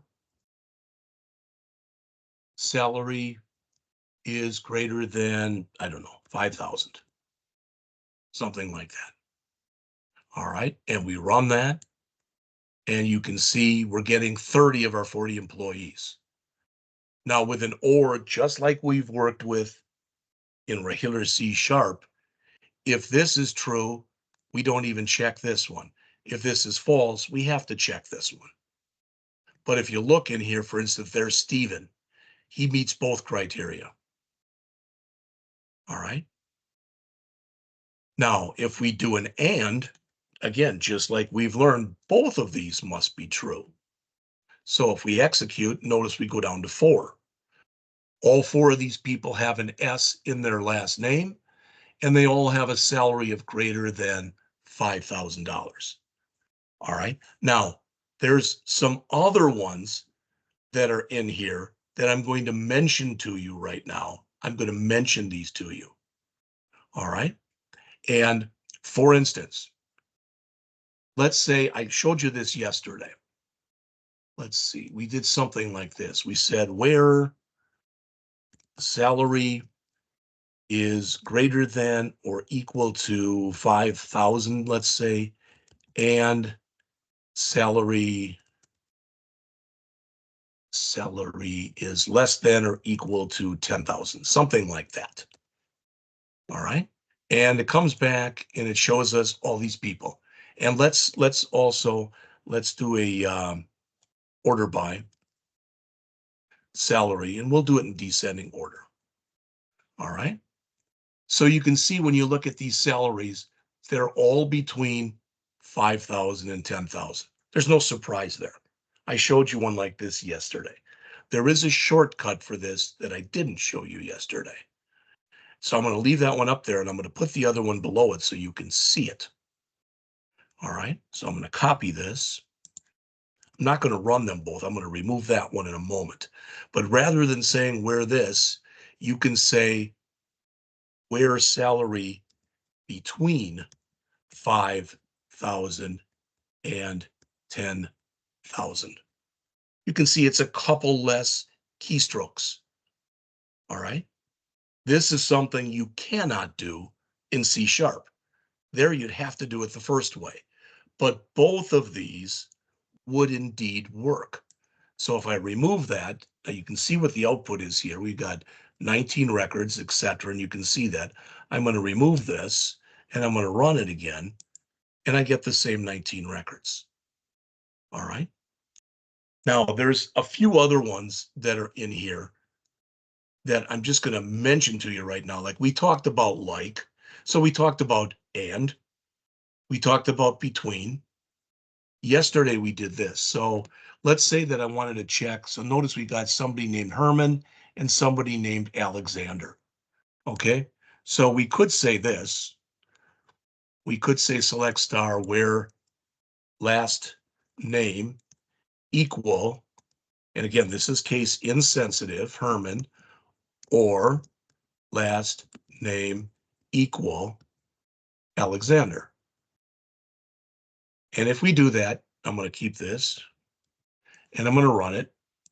And we get, oh, didn't like it. So let's see where last name. Well, let me look again. Last name equal Herman or last name equal Alexander. Wow, that's interesting. But we're going to run it again. So let's just select star from employees. All right. So did I spell Herman wrong? I don't know. In fact, let's order by last name so I can look for it right away. I don't know where I saw Herman. Maybe I saw first name. I don't know. Let's just grab these two right here. We'll grab Faye and we'll grab Grant. All right. So where last name equal Faye or last name equal Grant, like that. There's Grant and there's Faye. It should find them here. And there they are. Okay. There is a shortcut for this. I showed it to you yesterday. I can type in this in, and then I can put a list in here.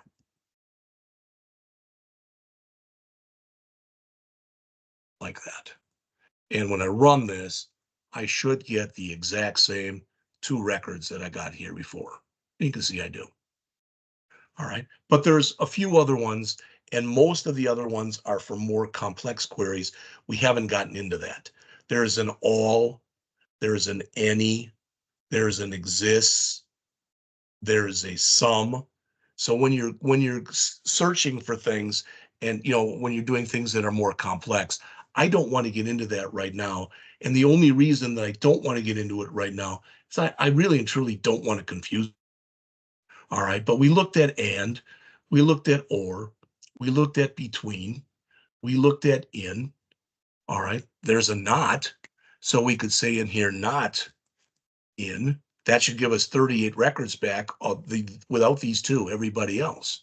So we should get 38 here, and we do. All right. All right. We can actually go into, when you look here, we can say, gee, who doesn't have a phone number? So we can say select star from employees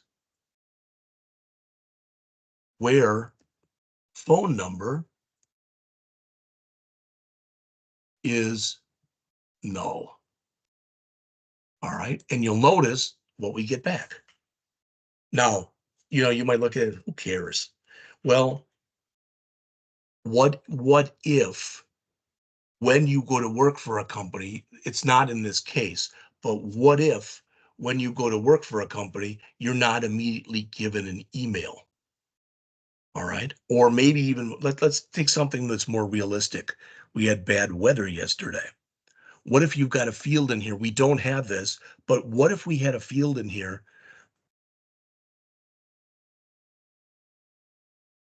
Information. All right. So field in here that was called contact information. All right. And you needed to put a contact down. But for some reason, if there was an emergency, we could then say where contact number or contact name is null. And then we could alert those people, hey, you don't have a contact on file. If something goes wrong, if there's an accident at work or whatever, we have nobody to contact. All right. So you see stuff like that all the time is what I'm telling you. All right. All right. Again, I'm trying to hit in here the ones that I consider to be important for where we are in here right now. Okay. We also went and did this instead of a select star. All right.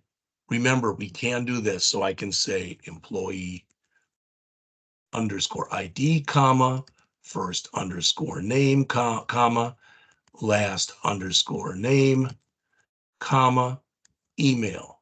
Let's just leave it at that. And I'm not going to put a phone number as null here. We'll just show all of them. Okay. And when we run this, it works and it's not terrible or anything, but we can alias each one of these. So I can say as, how about we'll put emp ID, something like that. All right. And I'm going to put each one of these on their own line. Whoa. So they really stick out. All right. As emp ID, which of course that's why it looked funky. As first name.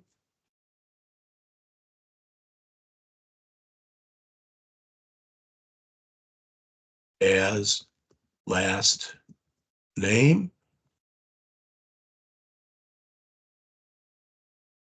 And you don't have to line them up like I'm doing. It doesn't really matter. And as email.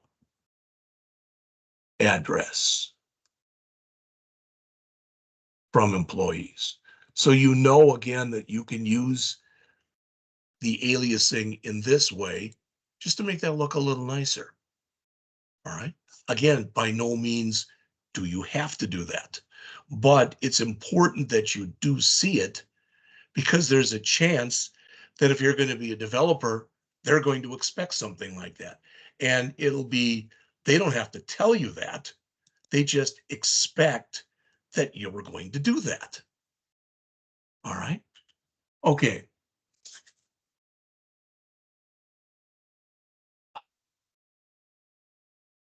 Let's see. Let's select star here from, and I'm going to put in, what do we have? Let's try departments. All right. And if you look in here, it looks like we've got 11 departments. All right. No biggie right there. We've got 11 departments. Okay. And if we say select star from employees, all right, and we look in here and we come over, you can see that we've got department ID. But if you're some high-level supervisor, you may or may not know that department 10 means a certain department, etc. You may know that. You may not know that. You know, who knows? All right. Now, what if you only want the people who are in department, I don't know, let's say 8, 9, or 10. Okay, that's all we want. So let's say we want, so I'm going to come in here, I'm going to hit enter here, and I'm going to put in first name, the last name, and the department ID. All right, from employees, but I only want in here for people who have department ID. Let's say I know what they are, and I want them in 8, 9, or 10.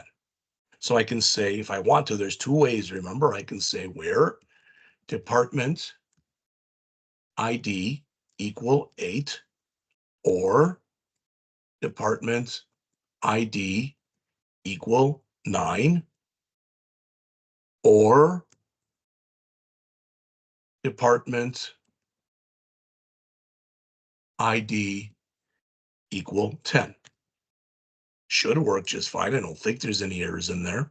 There they are. Okay. They're not really in order. We got 9, 10, then 8. So we could put an order by in here and say something like order by department ID. All right. And I could do it in either ascending order, or if I wanted to, I could do it in descending order. You all get that. All right. That might be fine for maybe a low-level supervisor. She or he may know what department ID goes with what department name. They may know it or they may not know it. All right. What if what I want in here is I want both, I want all this information, but I don't want this. I want to use the actual names of the departments. Okay, well, let's take a look. Okay, first let's take a look and let's see. We can see that there's a department ID here. And when you think about it, probably in departments, there's probably also a department ID. We can go in here, we can look at the design, and yep, there's a department ID in both of them. Okay, well, that's good. So I know I've got something I can join on. That's what I'm telling you. Okay, so let's do a select first name, last name.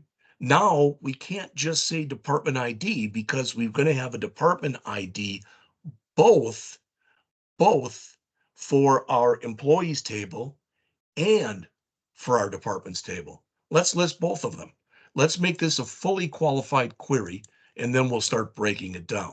So I'm going to say in here, select employees dot first name, I'm going to put each one on its own line so you can see everything that's going on here. Employees dot last name, employees dot department ID, and we'll even put the department. These two things should be identical. Department dot department ID. All right. Now we're going to have a problem when we do this now. All right. Because right now, if we try running this, we're going to get an error. It says the multi-part identifier department ID could not be found. And then it's telling us we've got an ambiguous column, and it's ambiguous because it can't find this. All right. So what we want is we want this from employees, but we want to do an inner join here. And what do we want to join? All right. I'm going to say here, inner join departments. And then I'll put it on another line on,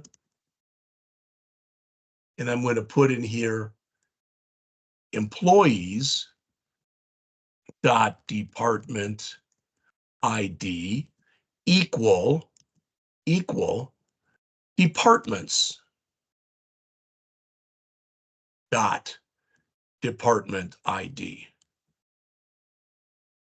And let's get rid of this where and the order by, but let's also add to our list here the department name, which is under the department table. All right, and I think that is called department name. I might be wrong, but we'll find out in a second. So again, these two should be identical. All right, let's look at it. Incorrect syntax near comma. Okay, what did I do? We'll fix it. Line 3, 1, 2, 3.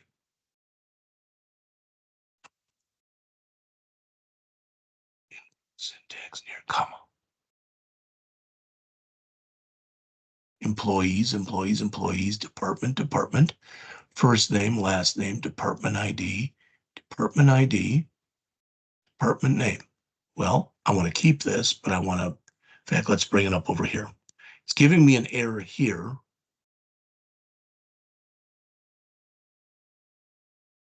Department ID, I think it is at least. It's state 1, line 3. So let's look.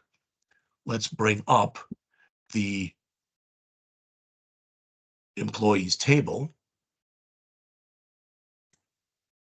And let's look at the design.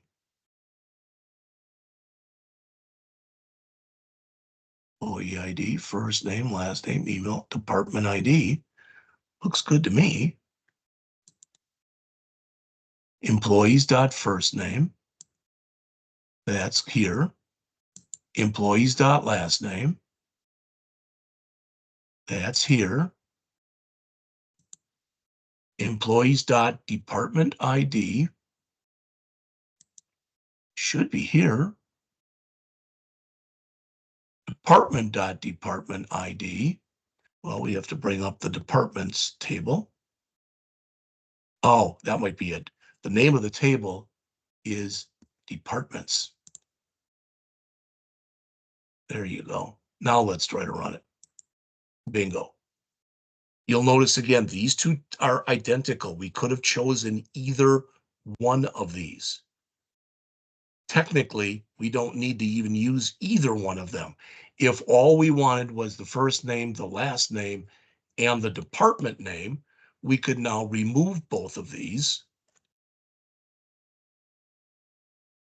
Oops. And now we will put an order by on here. So order by, let's order it by departments dot department name. All right. And if there's any ties, we'll do it based on employees dot last name. All right. And let's run that.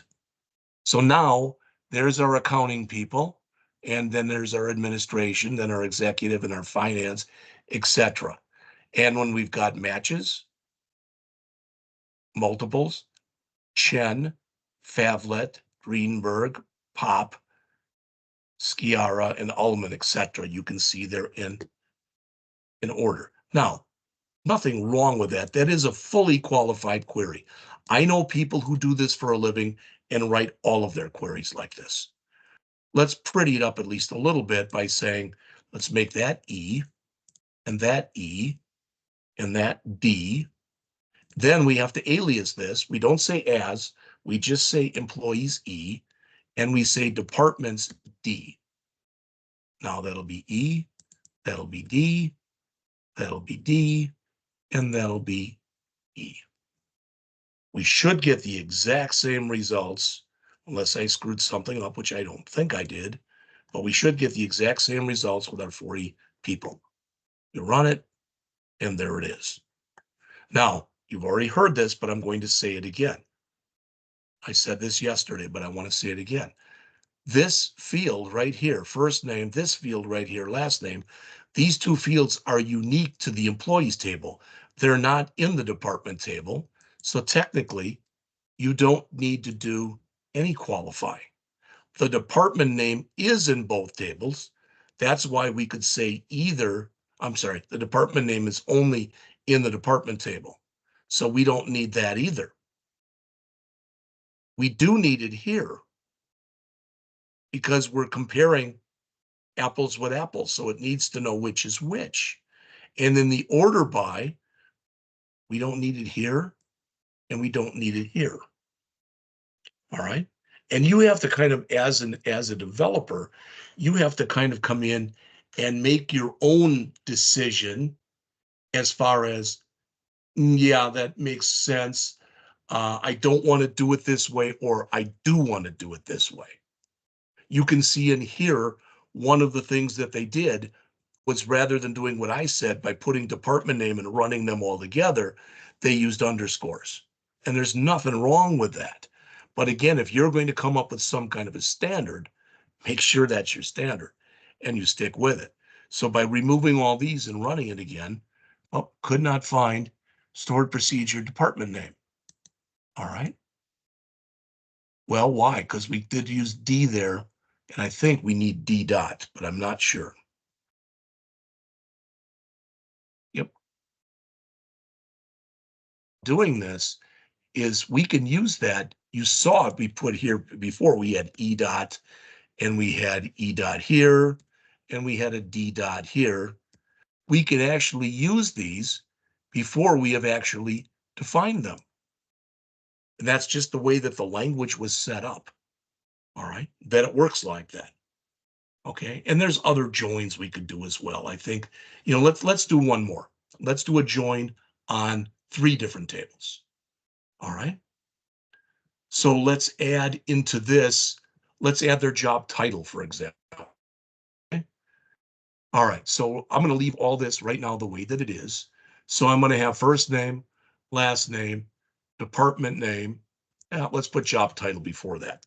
So I'm going to put J dot, we'll use that for jobs, job title, okay, from employees E, inner join departments on this, okay. So there's our first inner join, but we need another one. So another inner join, all right, and that'll be jobs, which we call A, all right, and that'll be on, just moving this over so you can see what goes with what. And I believe there's a job ID on each one of those. So J dot job ID is equal to E dot job ID. Should work. I don't think I did anything wrong. I did. Invalid name job. And that's because that's jobs, not job. And there you go. So now in here, we have added the person's title. All right. And again, I'm not being funny here, but I'm not doing this so you go, oh my God, is this impressive? No, what I'm trying to do in here is I'm trying to run through this with you, all right? And I'm trying to show you how you can combine information from multiple tables. So we've got employees, we've got departments, and we've got jobs. And looking on here, we've got employees, and you can see there's a direct relationship, employees and jobs, and another one with departments. Now, if we wanted, just to show you this, and I'm going to do this off the top of my head because I've written some notes, but let's say that we wanted the employee's first name and last name, and we wanted from their location ID, just as an example. All right, so we want the employee's first name, last name, and their location ID. Don't ask me why. We're just assuming for a second this is what we want. We cannot get it directly from combining these two tables. We need to use the departments table as well. All right. Okay. Let's see if we can do this. I might screw this up. I'm not going to try to, but let's see. So employees, departments, and location. There is no location ID here, but there is one here. There is no employee ID or department ID here, but there's one here and here. All right, so we already know how to join employees and departments. So let's get the job. We can leave the job in there. We'll just join another table. All right, so inner join. Okay, from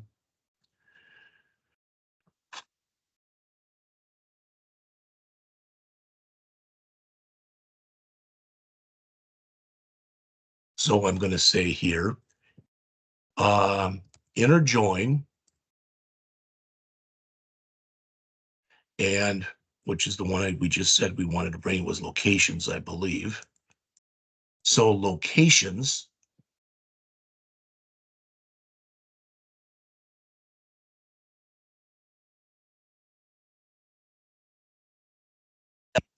on, and how are we going to do that? We are going to say we want to do that where D dot location ID equals L dot location ID.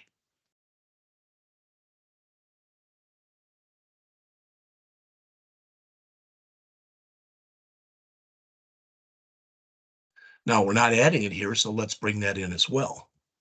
So it'll be L dot location ID. Now, again, I could, you know me, I could very well have screwed this up, but I'm hoping I didn't. There it is.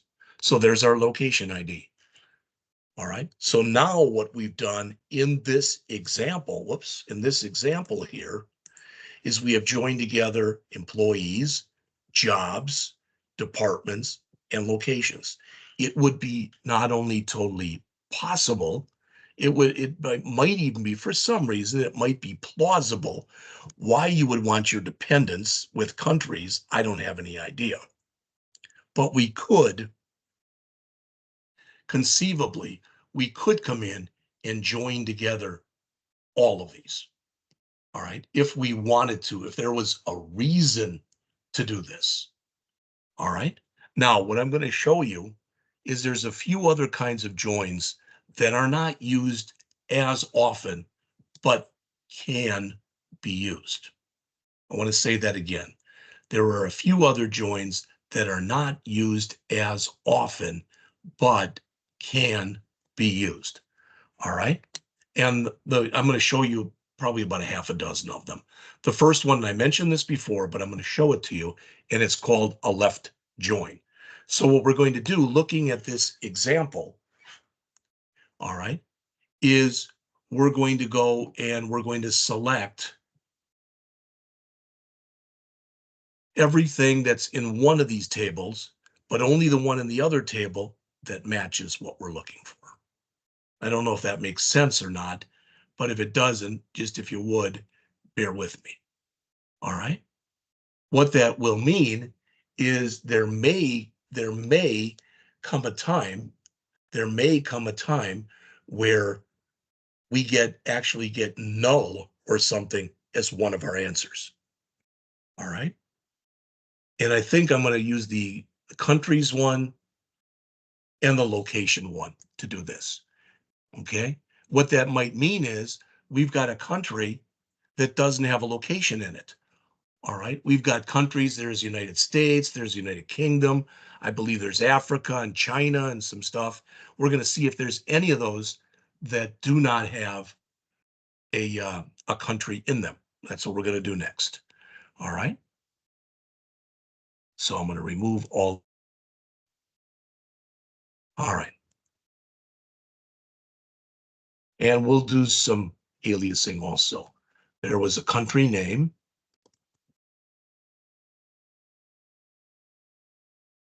There is a country ID. All right. And we'll even use the location country ID just to show that they're the same. We can get rid of it later and just use one of them.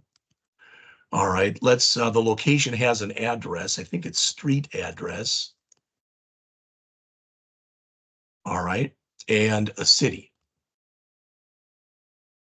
All right, so there's the city. All right, and now we got to do our aliasing. So from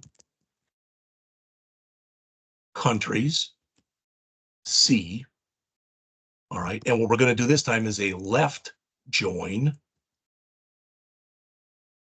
on locations, L,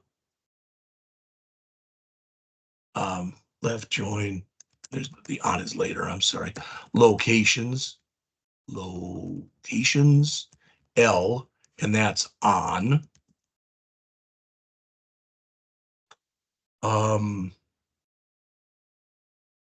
C dot country ID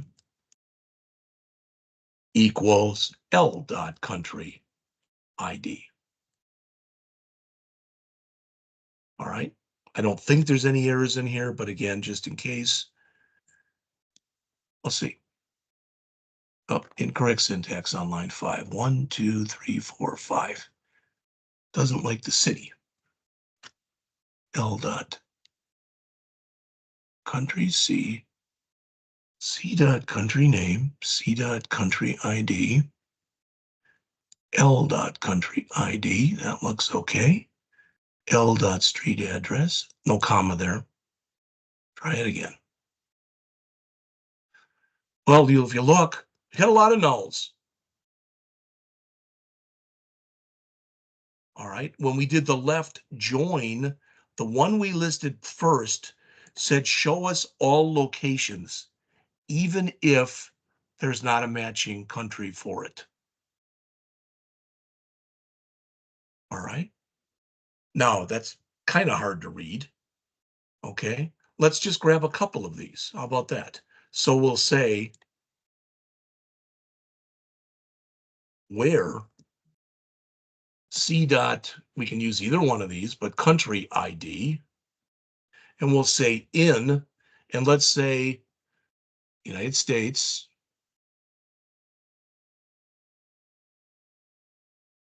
of Canada, looks like it's in there. And let's bring a couple in that are not in there. I can see Australia, and that's AU. And China's not in there, so we'll say CN.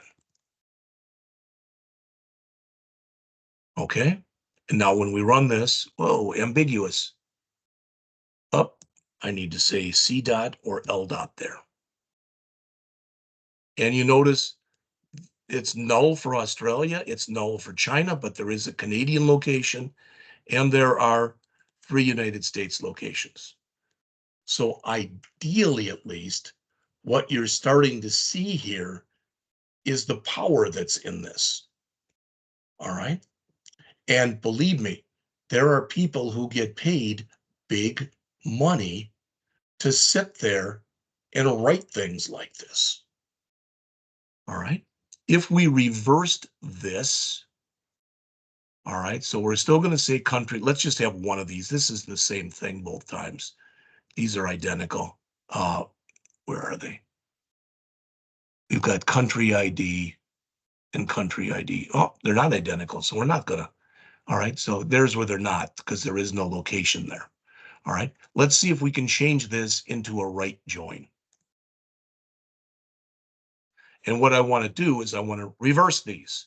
So I want to say right join instead of locations L, I want to right join.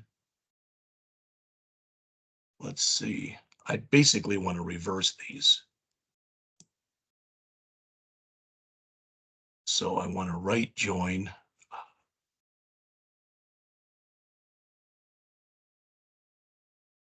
I'm just going to reverse these. I'm going to say from locations L, L right join countries C, where they're equal. All right, and run that. All that happened was I reversed where the stuff was showing. All right. Any left join you do, you can do as a right join. Any right join you can do as a left join. Just wanted to show you that. That's all. All right. You can also do what's called a self join. All right. I'm going to show you that, and we're almost ready for another break then. Okay. All right. So let's look at the employees again. So let's select star. Whoops. Select star from employees. I'm not going to worry about caseness anymore. I'll just put it all in lowercase. So there's our employees. All right. All right. Notice manager ID for Stephen King is null. We got some nulls here for phone numbers. Let's see.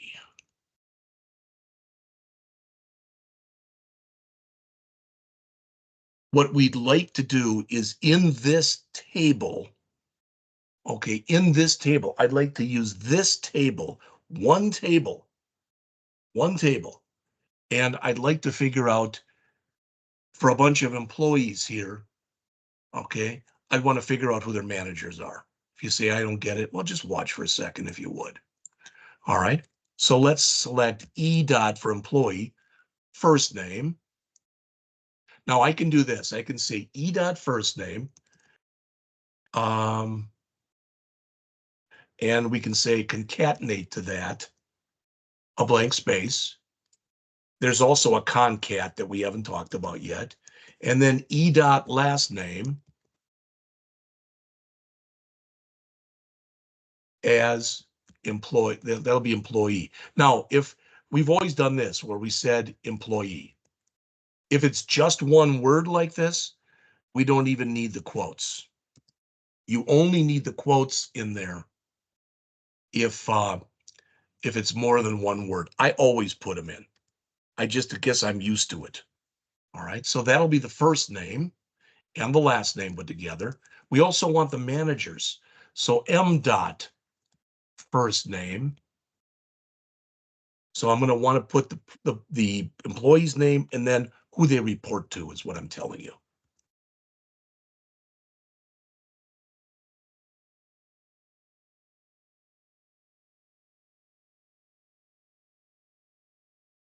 All right. Now, this is new. So from employees E, but I don't want to do a join. There's only one table. All right. So can I do a join? The answer is yes. This is called a self join. I'm going to join the employees table on the employees table. You can do that. Sometimes that's the only way to ferret out or mine the information that you're looking for. So I'm going to say, again, what is this? This is the employee's first name, space, and their last name. And it'll be under a heading that says employee. We can even say here, employee name. All right. And this will say manager name. We're doing the same thing with managers from employees, but we want to do an inner join here. All right. And we want to inner join employees.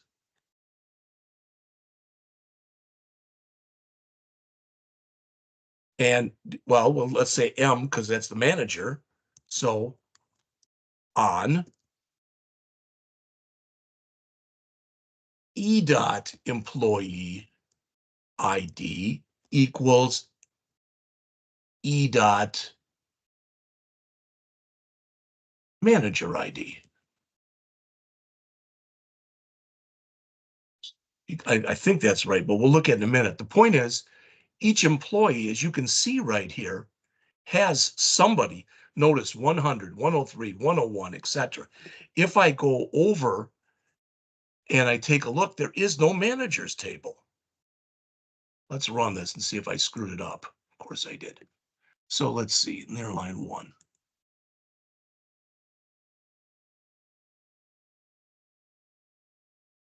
Doesn't like that. Select E dot first name. Let's see if we can do a concat in here. Concat E dot first name with a space and E dot last name. I want to just see if it takes this. And then the same thing here. And it's concat, not concate. Concat. And I'm doing most of this, I'm doing off the top of my head. So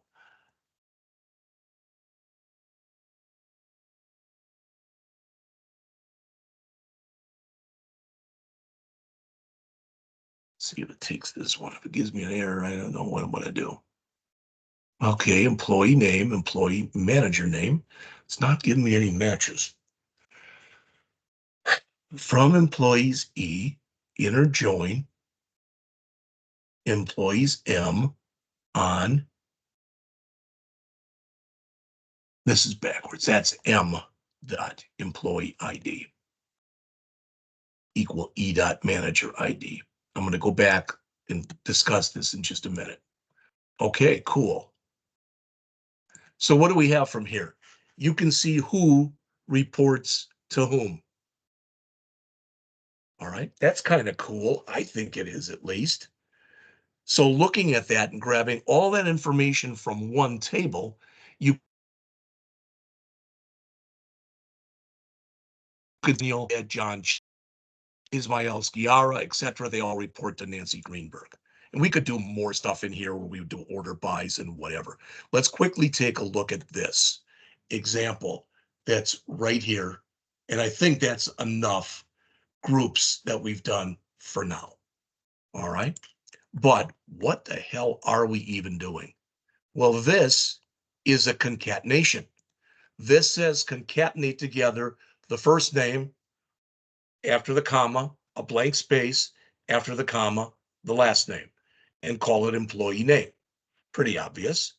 The second one says do the same thing, but with a manager. All right, again, that should make sense. We're doing this from the employees table, which we have already gone in here on the first line, and we aliased as E. But we want to join it to itself. This is called a self join. So we're doing employees E with employees M. But then we're reversing. We want M dot employee ID. So the manager's employee ID has to equal the employee's manager ID. Now, that may not make a boatload of sense. And you know what? Even if it doesn't, for where we are right now, that's okay. Because I'm showing you, for lack of better words, kind of a heck of a lot of stuff here. All right. It is 10:38. Let's come back, please, at 10:50, and we'll look at a few more of these. Okay. See you in 12.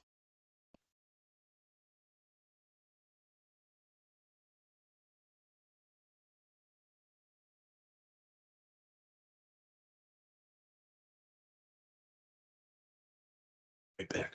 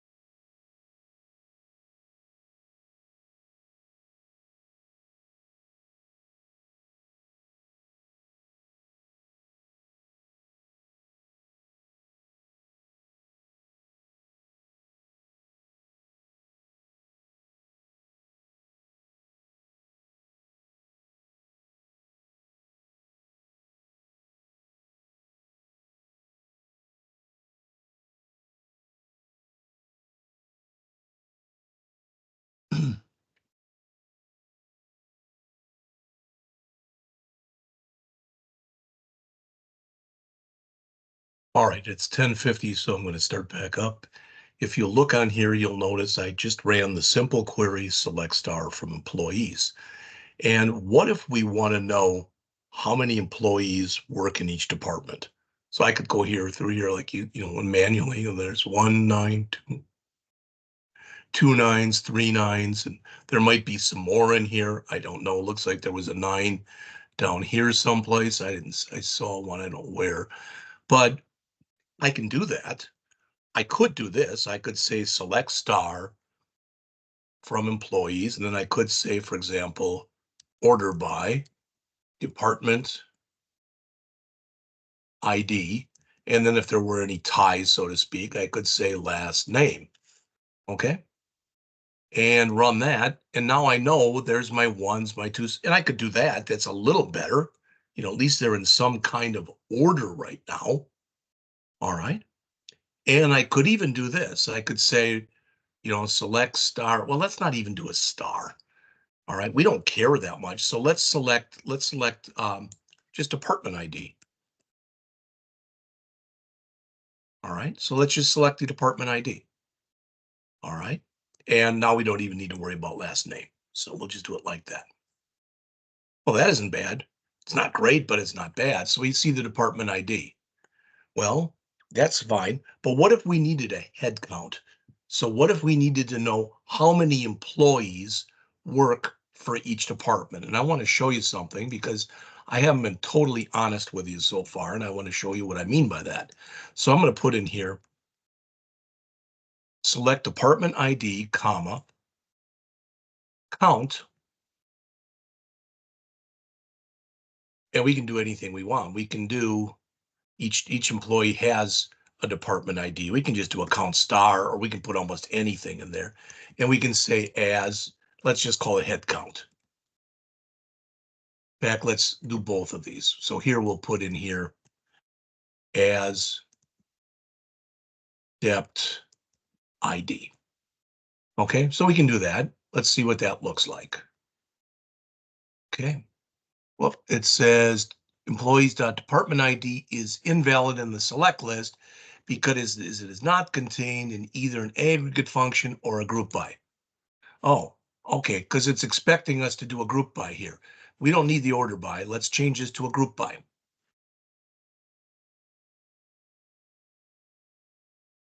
All right, run it again. There we go. So department ID 1 has one person working there. Department 2 has got 2, 3 has got 6. You can see it. Not bad. All right. But again, our boss has come through here and says, I don't know what department ID correlates with which department. In other words, you're not giving me enough information. Okay. So what I can do is I can change this. So let's change this from department ID to department name. All right. Which means I'm going to have to get it from another table. Which means I'm going to have to do a join. So department name and then count. I'm not going to do star now as head count. I'm going to say count. Let's use, we'll use employee ID.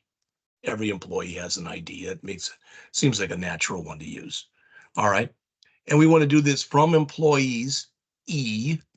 We can put an E dot here if we want. We can even put a D if we want. All right. But now before we do the group by, we're going to have to do an inner join. So inner join. Well, we already have employees, so we want to inner join departments. And we call that D, and that'll be on. Well, what field do they have in common? We need employees and we need departments. There's employees, and it's got an employee ID, it's got a department ID. And you can be sure that departments also has a department ID, but we'll verify that. And departments has a department ID as well. All right. So we're going to come in here, and on the on, we're going to do an on, and we'll put in here, let's line everything up so it looks real nice. All right. So on D.department ID equals E.department ID. And unless I typed in something wrong, which I did, ambiguous column name department ID. Well, when I group it, I've got to say what I want it grouped by. All right, I don't want to group it by department ID anymore. Now I want to group it by D.department name. All right, and there you go. Now I know how many people work for the accounting department, how many people work for the IT department, etc. So what you find a lot of times when you work on this stuff, all right, and what if I, again, I can do an order by in here too. So I'm going to do an order by. What do I want to order it by? How about if I order it by head count? And we'll do it in descending order. I think it'll take that. All right. So typically when you're looking for something, it's knowing where to look for it, how to combine information together. Now I want to show you one more thing on this. And where I said I didn't lie to you, but I believe that in SQL, unlike some of the other relational database management systems, I don't think the word as is required. I think this is still going to work just fine. So I took the word as out of there. And it still worked. All right. So you can put it in there if you want or leave it out. All right. Is that a big thing? No, not at all. But again, I just wanted you to see that. All right. That's one way that you can use group by. All right. Let's actually use something though in group by that really might give you some information that you'd be looking for. All right, so we've got the department name. Let's forget for now. Let's just forget about the count. We don't need a head count anymore.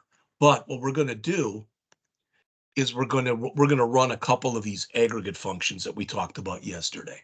So I'm going to do here a min salary, and I'm going to do a max salary, and I'll even do an average, but we'll round that because you can have rounding errors, or it can go to many decimal places with averaging. So I'm going to round average salary, and I want to do that to 2 decimal places. All right, let's give all these names as well. I'll move this over and I'll say lowest salary. And for this one, we'll say highest salary. I forgot my ending quote there.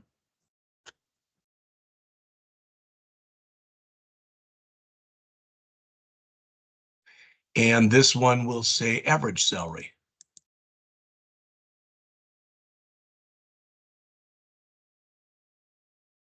All right. So we've got all that from employees E. Okay, inner join departments and group it by department name. All right. And let's run it. That's pretty cool.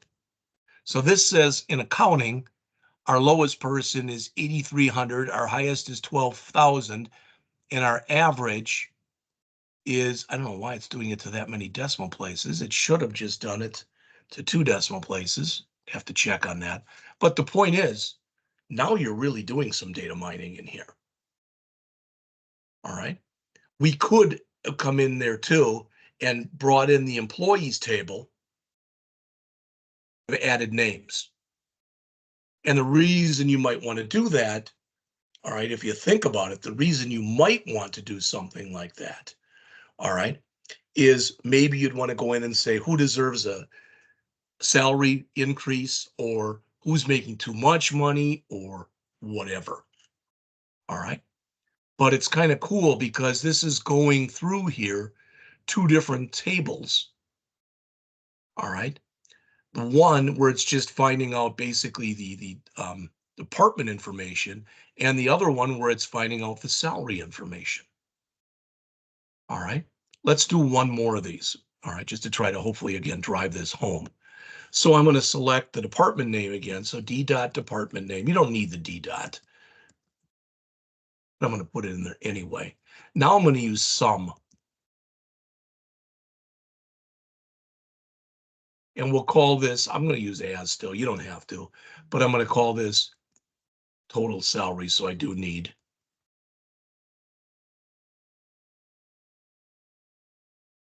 quotes. All right. And we want this from, this salary is going to be an E dot. All right. So from employees E. And we're going to do an inner join here. And we're going to interjoin this with departments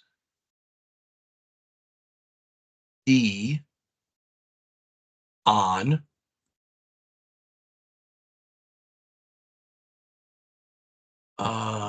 E dot department ID equal to D dot department ID.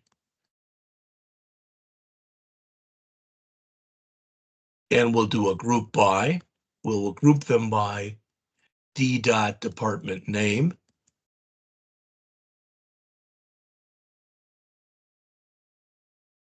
And I think I didn't put this in the one that I did, but I think I can do an order by in here.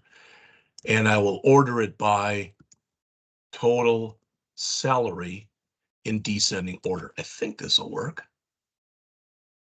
There you go.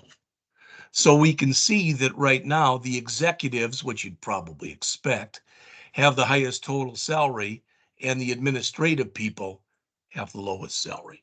So again, there is a boatload of information in here that you can mine. All right. I want to do one more, and then that'll be it for this one. All right. And that is, let's do a little bit more grouping. Okay. But I want you to see, how complex, for lack of better words, this can even get. So I'm going to keep the department name, and I'm going to remove that. We don't care about these. I just wanted to show you those aggregates. So that was min, and that was max, and that was average, and that was sum. The min and the max, all right, you can use those on both numeric fields and non-numeric fields. The sum and the average, you can only use on numeric fields. And there's other ones that you can use as well. There's standard deviation and variance and a bunch of other statistical types of functions that you can use. All right, there's even more than that, but those are the ones that probably would be used the most often. Let's put in here J dot job title. And let's do a count. Again, we'll do a count of E dot employee ID, just like before. All right. And we're going to do this from employees E, inner join E dot department ID with that one. But then we need to do another inner join. Why? Because we've also got jobs in here, J. So we want to do another inner join. And that will be that second inner join, jobs J on J dot job ID equals E dot job ID. All right, we'll still order it. We'll group it rather by two things. All right, we'll group it by department name, and we'll group it by job title. So J dot job title. I think I wrote that correctly, but let's see. Every time I say that, I wrote it incorrectly. So that should be job, J-O-B. Now this is kind of cool.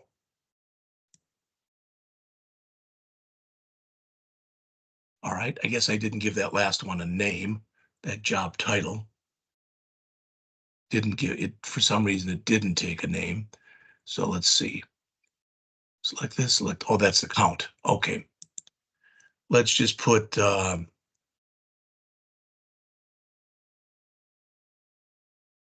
number at this job, number of this job, something like that. All right, run it again, look a little. All right. So we've got finance, we've got, it looks like 5 people who work in with a job of an accountant. And in those, well, you can start seeing how we're breaking this down. All right, we've got 5 IT programmers. All right. I may have screwed something up here. I didn't think that I did, but let's see. Accounting manager, 1, etc. Accounting, public accounting. So this is all right now. I could do an order by on here, which might help, but notice it right now, it looks like they're in alphabetic order based on job title. So we have 5 people who are known as accountants, 1 that is accountant manager, 1 that is an admin assistant, etc. So you can see all that stuff. All right. Typically, when you use aggregate functions, and typically when you use group bys, you are doing, when you're using group bys, you are doing some kind of a mathematical operation. I want to say that again. When you do group bys, you are doing some kind of a mathematical operation. All right. But really, when you think about it, by and large, the stuff that we've been doing in here so far, all right, the majority at least of the stuff that we've been doing in here so far, all right, it hasn't been very complex. And what I mean is, we're not doing a lot of math. All right. Okay. Let's see. You can actually put in and do a query within a query. I want to say that again. You can do a query within a query. All right. And well, it's like, what the heck does that mean? Okay. That means that you can put a query and you can use, what you can do is you can use the output from one query as the input to another query. But rather than writing it as 2 different queries, you can write it as the same query. All right. And if you say, I don't understand, let's write one. This down a bit. All right. I'm going to go till about 11:30. I know where I want to get to with what we won't finish it today, but we'll probably finish it tomorrow within the first hour or so. And after we finish it, we're going to write that program that I mentioned to you. All right. We're going to write that program that I mentioned to you the other day, yesterday, I guess it was, and I'm going to explain that to you. And then I am going to give you an exercise. All right. But I'm going to ask that you try the exercise by yourselves. Some of it like that, it won't be hard. Some of it be darn hard. Then on Thursday, I'm going to go over all the exercises with you so you'll have the answers. All right. Hopefully this will help people who are right on the borderline of passing or not passing. If I make it worth 50 points and I'm giving you all the answers, hopefully that'll help you. All right. But since this is such a new topic, I don't have a problem really doing that. So I'm going to come in here and say select employee ID,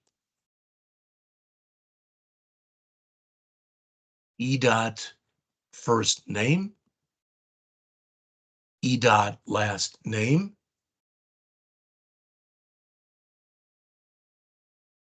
from employees,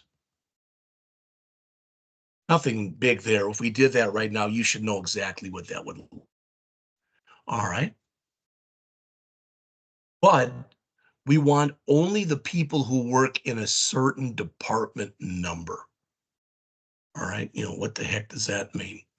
Well, I'm going to do this. I'm going to say where, and now I'm going to put in here something different. I'm going to say department ID in, and I'm going to put another query in here. In parentheses, select department ID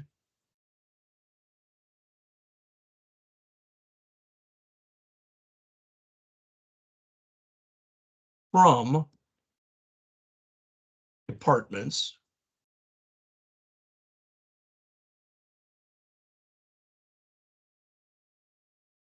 where location ID, we can pick any location ID we want, but we'll pick 1700. All right. And finally, I'm going to do an order by here. See if I wrote it right or I made a mistake. Where location, oh, I already did that where. And I'm going to order this by last name. We'll do E dot last name. And in case there's any ties, there shouldn't be, but we'll do it first name. So let's see, first of all, if I did it without making a mistake. I didn't. All right. So what isn't it like? All right. I didn't put the E in here.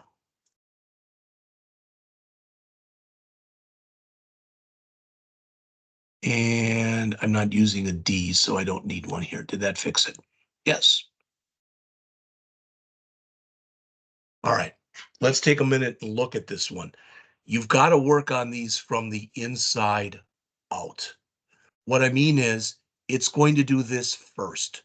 Let me grab the entire query, and I'm going to copy it to the clipboard and just throw it out here for now. We'll bring it back in a moment. All right.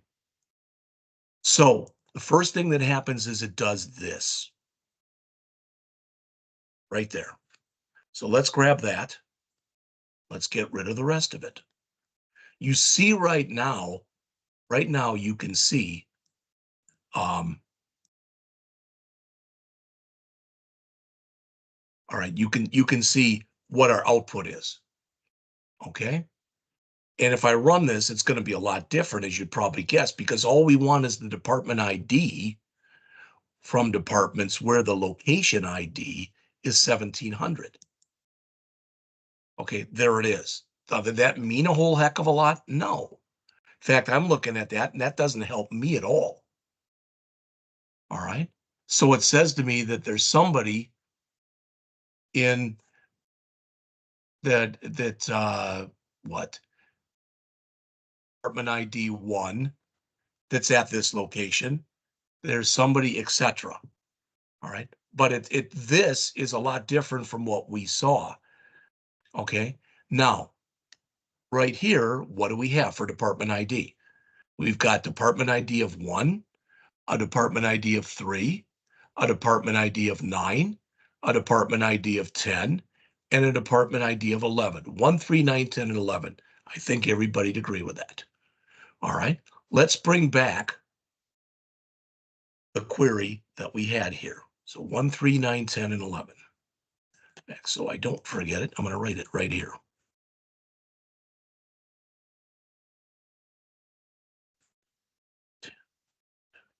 There we go. All right. Now,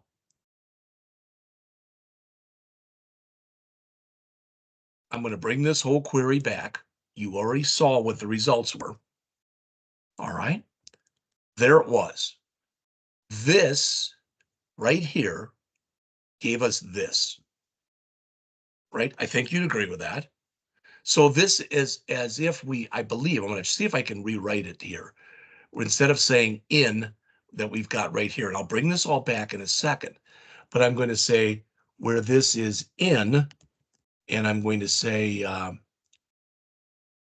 1, 3, 9, 10, 11. I don't know if this will work or not.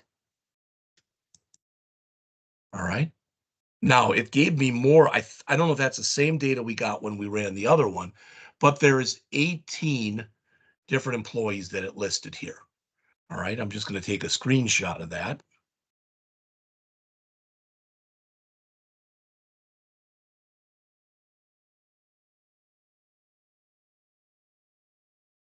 Okay, so there's the 18 employees. Now I'm going to go back and bring in our original query, our original subquery, which again is a query within a query.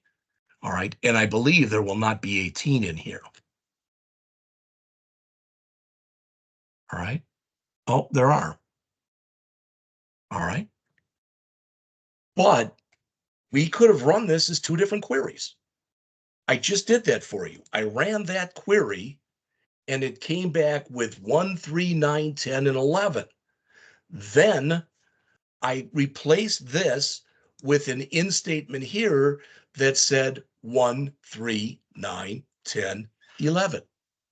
All right. But I did it as two different queries. Here, I did it as one query. And again, the key to that is, all right, the key to that is, all right, that we use the output from this inner query as the input to our outer query.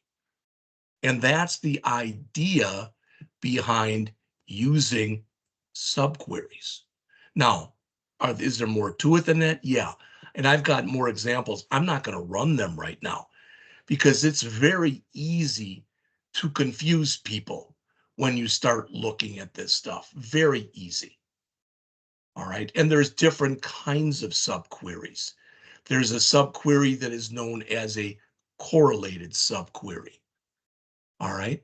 And I don't want to get into all that right now. Why? Because I'm not trying to totally lose people. All right. One thing I meant to talk about before and I didn't, so I'm going to bring it up right now. All right. As soon as I can find my example, because I thought I had a pretty good example of this one. There it is. All right. By now, you know what the where clause does. It filters our data. It gives us some criteria. All right. So the where clause, basically what it does is it applies whatever your criteria was to all the rows before you summarize them if you're using a group by. So it does it first. There's also another clause that does it after the stuff has been put into a group by. All right. And that clause is called, excuse me, that clause is called having. It's a having clause. All right. And I want to show you an example of that. All right. I'm only going to go to about 11:30 and then we're going to call it a period. Okay. This is a lot to throw at people and I understand that. All right. So I'm going to come in here and do this. Select E. In fact, we don't even need to do the E. We're not going to be doing any joining here. So manager ID, first name, last name, count of employee ID,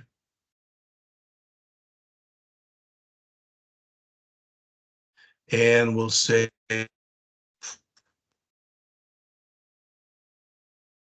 I'm just going to call this something like reports to.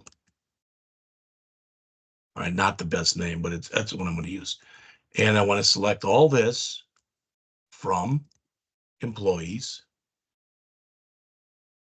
that have a manager. So where the manager ID is not null, and we will group it by manager ID.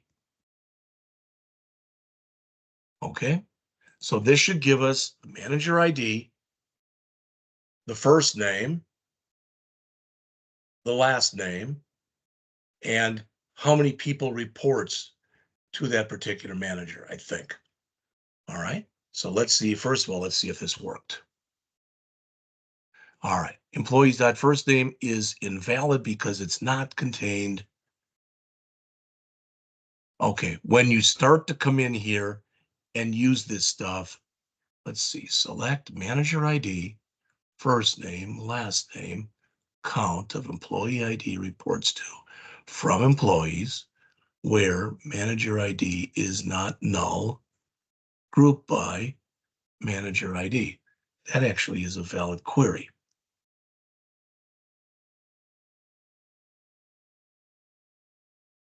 I did this before and it worked, and it looks like that's exactly what I wrote.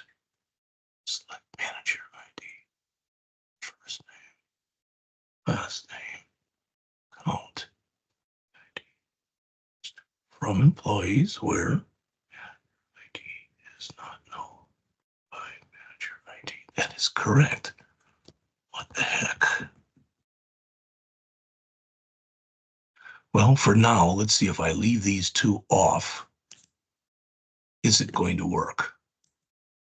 No. Now it doesn't like this.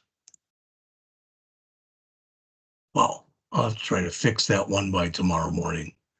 All right. Let's just look at a couple more and then we will call it a period. What I want to do, what we've been doing in here today, is concentrating virtually 100% on the select statement. What I want to do tomorrow is talk about the create statement. I want to talk about the alter statement. I want to show you how you can add a column and delete a column. I'll add a table and then drop a table. We'll talk a little bit more about some of the constraints. All right, the primary key, the foreign key, the unique constraint, the check constraint, etc. We've talked about the aggregate functions. I've got my notes are all over the place in here. All right, we did a bunch of different kinds of joins today. I do want to show you, not right now, but I will show you tomorrow also. There's something called a union, which allows you to combine two tables together. And believe it or not, in here, you can use a case statement. It's not a switch, but it runs like the switch we used that has different cases in it. All right. I want to try to fix this one too, so I'm going to leave this one up. So tomorrow we'll look at that. That'll probably take about the first hour. Then when we get done with that, and I know I've shown this to you before, but I want to show it again. We're going to write this tester program. I'm going to give you all the code. All right. Now, do you have to write this? Well, if you want to be able to really understand this stuff, it probably is going to help, but you're not going to have to turn this in. All right.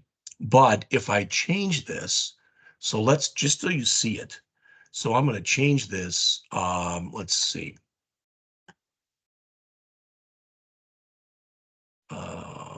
Copy this because I know that one works.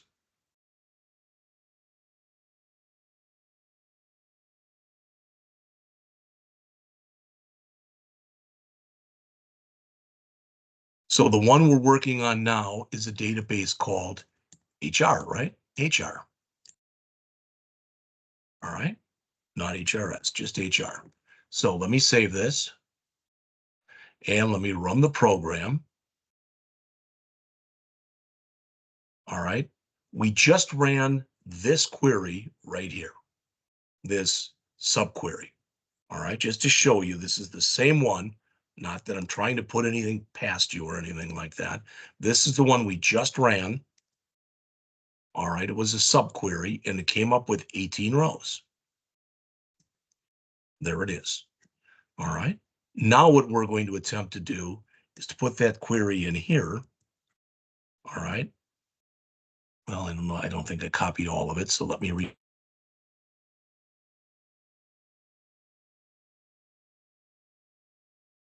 it again. Oh, give me a break. All right. sure that I still have my connection. I do, good. All right, so first name, employee ID, first name, last name, from employees, where department ends. There's the whole query. And I want to see if I'm going to get 18 rows returned here, and they're shown here. So execute query, 18, and there they are. So we're going to have a C# program which will allow us to take any query that we have been putting into SQL Server Management Studio. We're still going to use that to create our database and to create our tables. But after we do that, we're going to run our queries in here. Do you have to do it that way? Of course not. And again, I mean, I can come back here, I can clear this, and I can come in just like we had been doing, and I can say select star from employees. Remember, there were 40 employees. There they are, and there they are. So we can now take any of those queries, or we will be able to tomorrow, to take any of these queries and run them that way. And my hope is what that's going to do is it's going to start to kind of solidify and make sure that you're able to understand the correlation between doing this, because these are two different pieces of software. All right. SQL Server Management Studio is a relational database management system that allows you to write SQL queries. All right. But we've been running without the use of any C#, but we have to bring that together. And one of the reasons not that we have to, that we are bringing that together is we're going to get to chapter 20 next week. And that is going to be using something called Entity Framework Core, or EF Core. And in there, we're going to be directly using C# with databases. All right. And that's what we're going to go to next week. All right, that's about it. So like I said, you know now what we'll be doing tomorrow. We'll start by doing a quick recap of what we did today, and I'm going to go over a couple more things, try to fix that example that didn't work. All right. And then after we do that, we're going to write this program. Then what I'm going to do is I'm going to give you another data set. And why another one? Well, this one, I based it off some stuff I found online, but the other one was literally from a book I used about 20 years ago. I went back and rewrote my own data for it. I went back and rewrote my own queries for it. All right. So if something doesn't work tomorrow, that's 100% on me that it doesn't work. But that's what we'll do tomorrow. Okay. So with that, I will see you tomorrow at 8:05. Have a good rest of the day. Thanks for tuning in.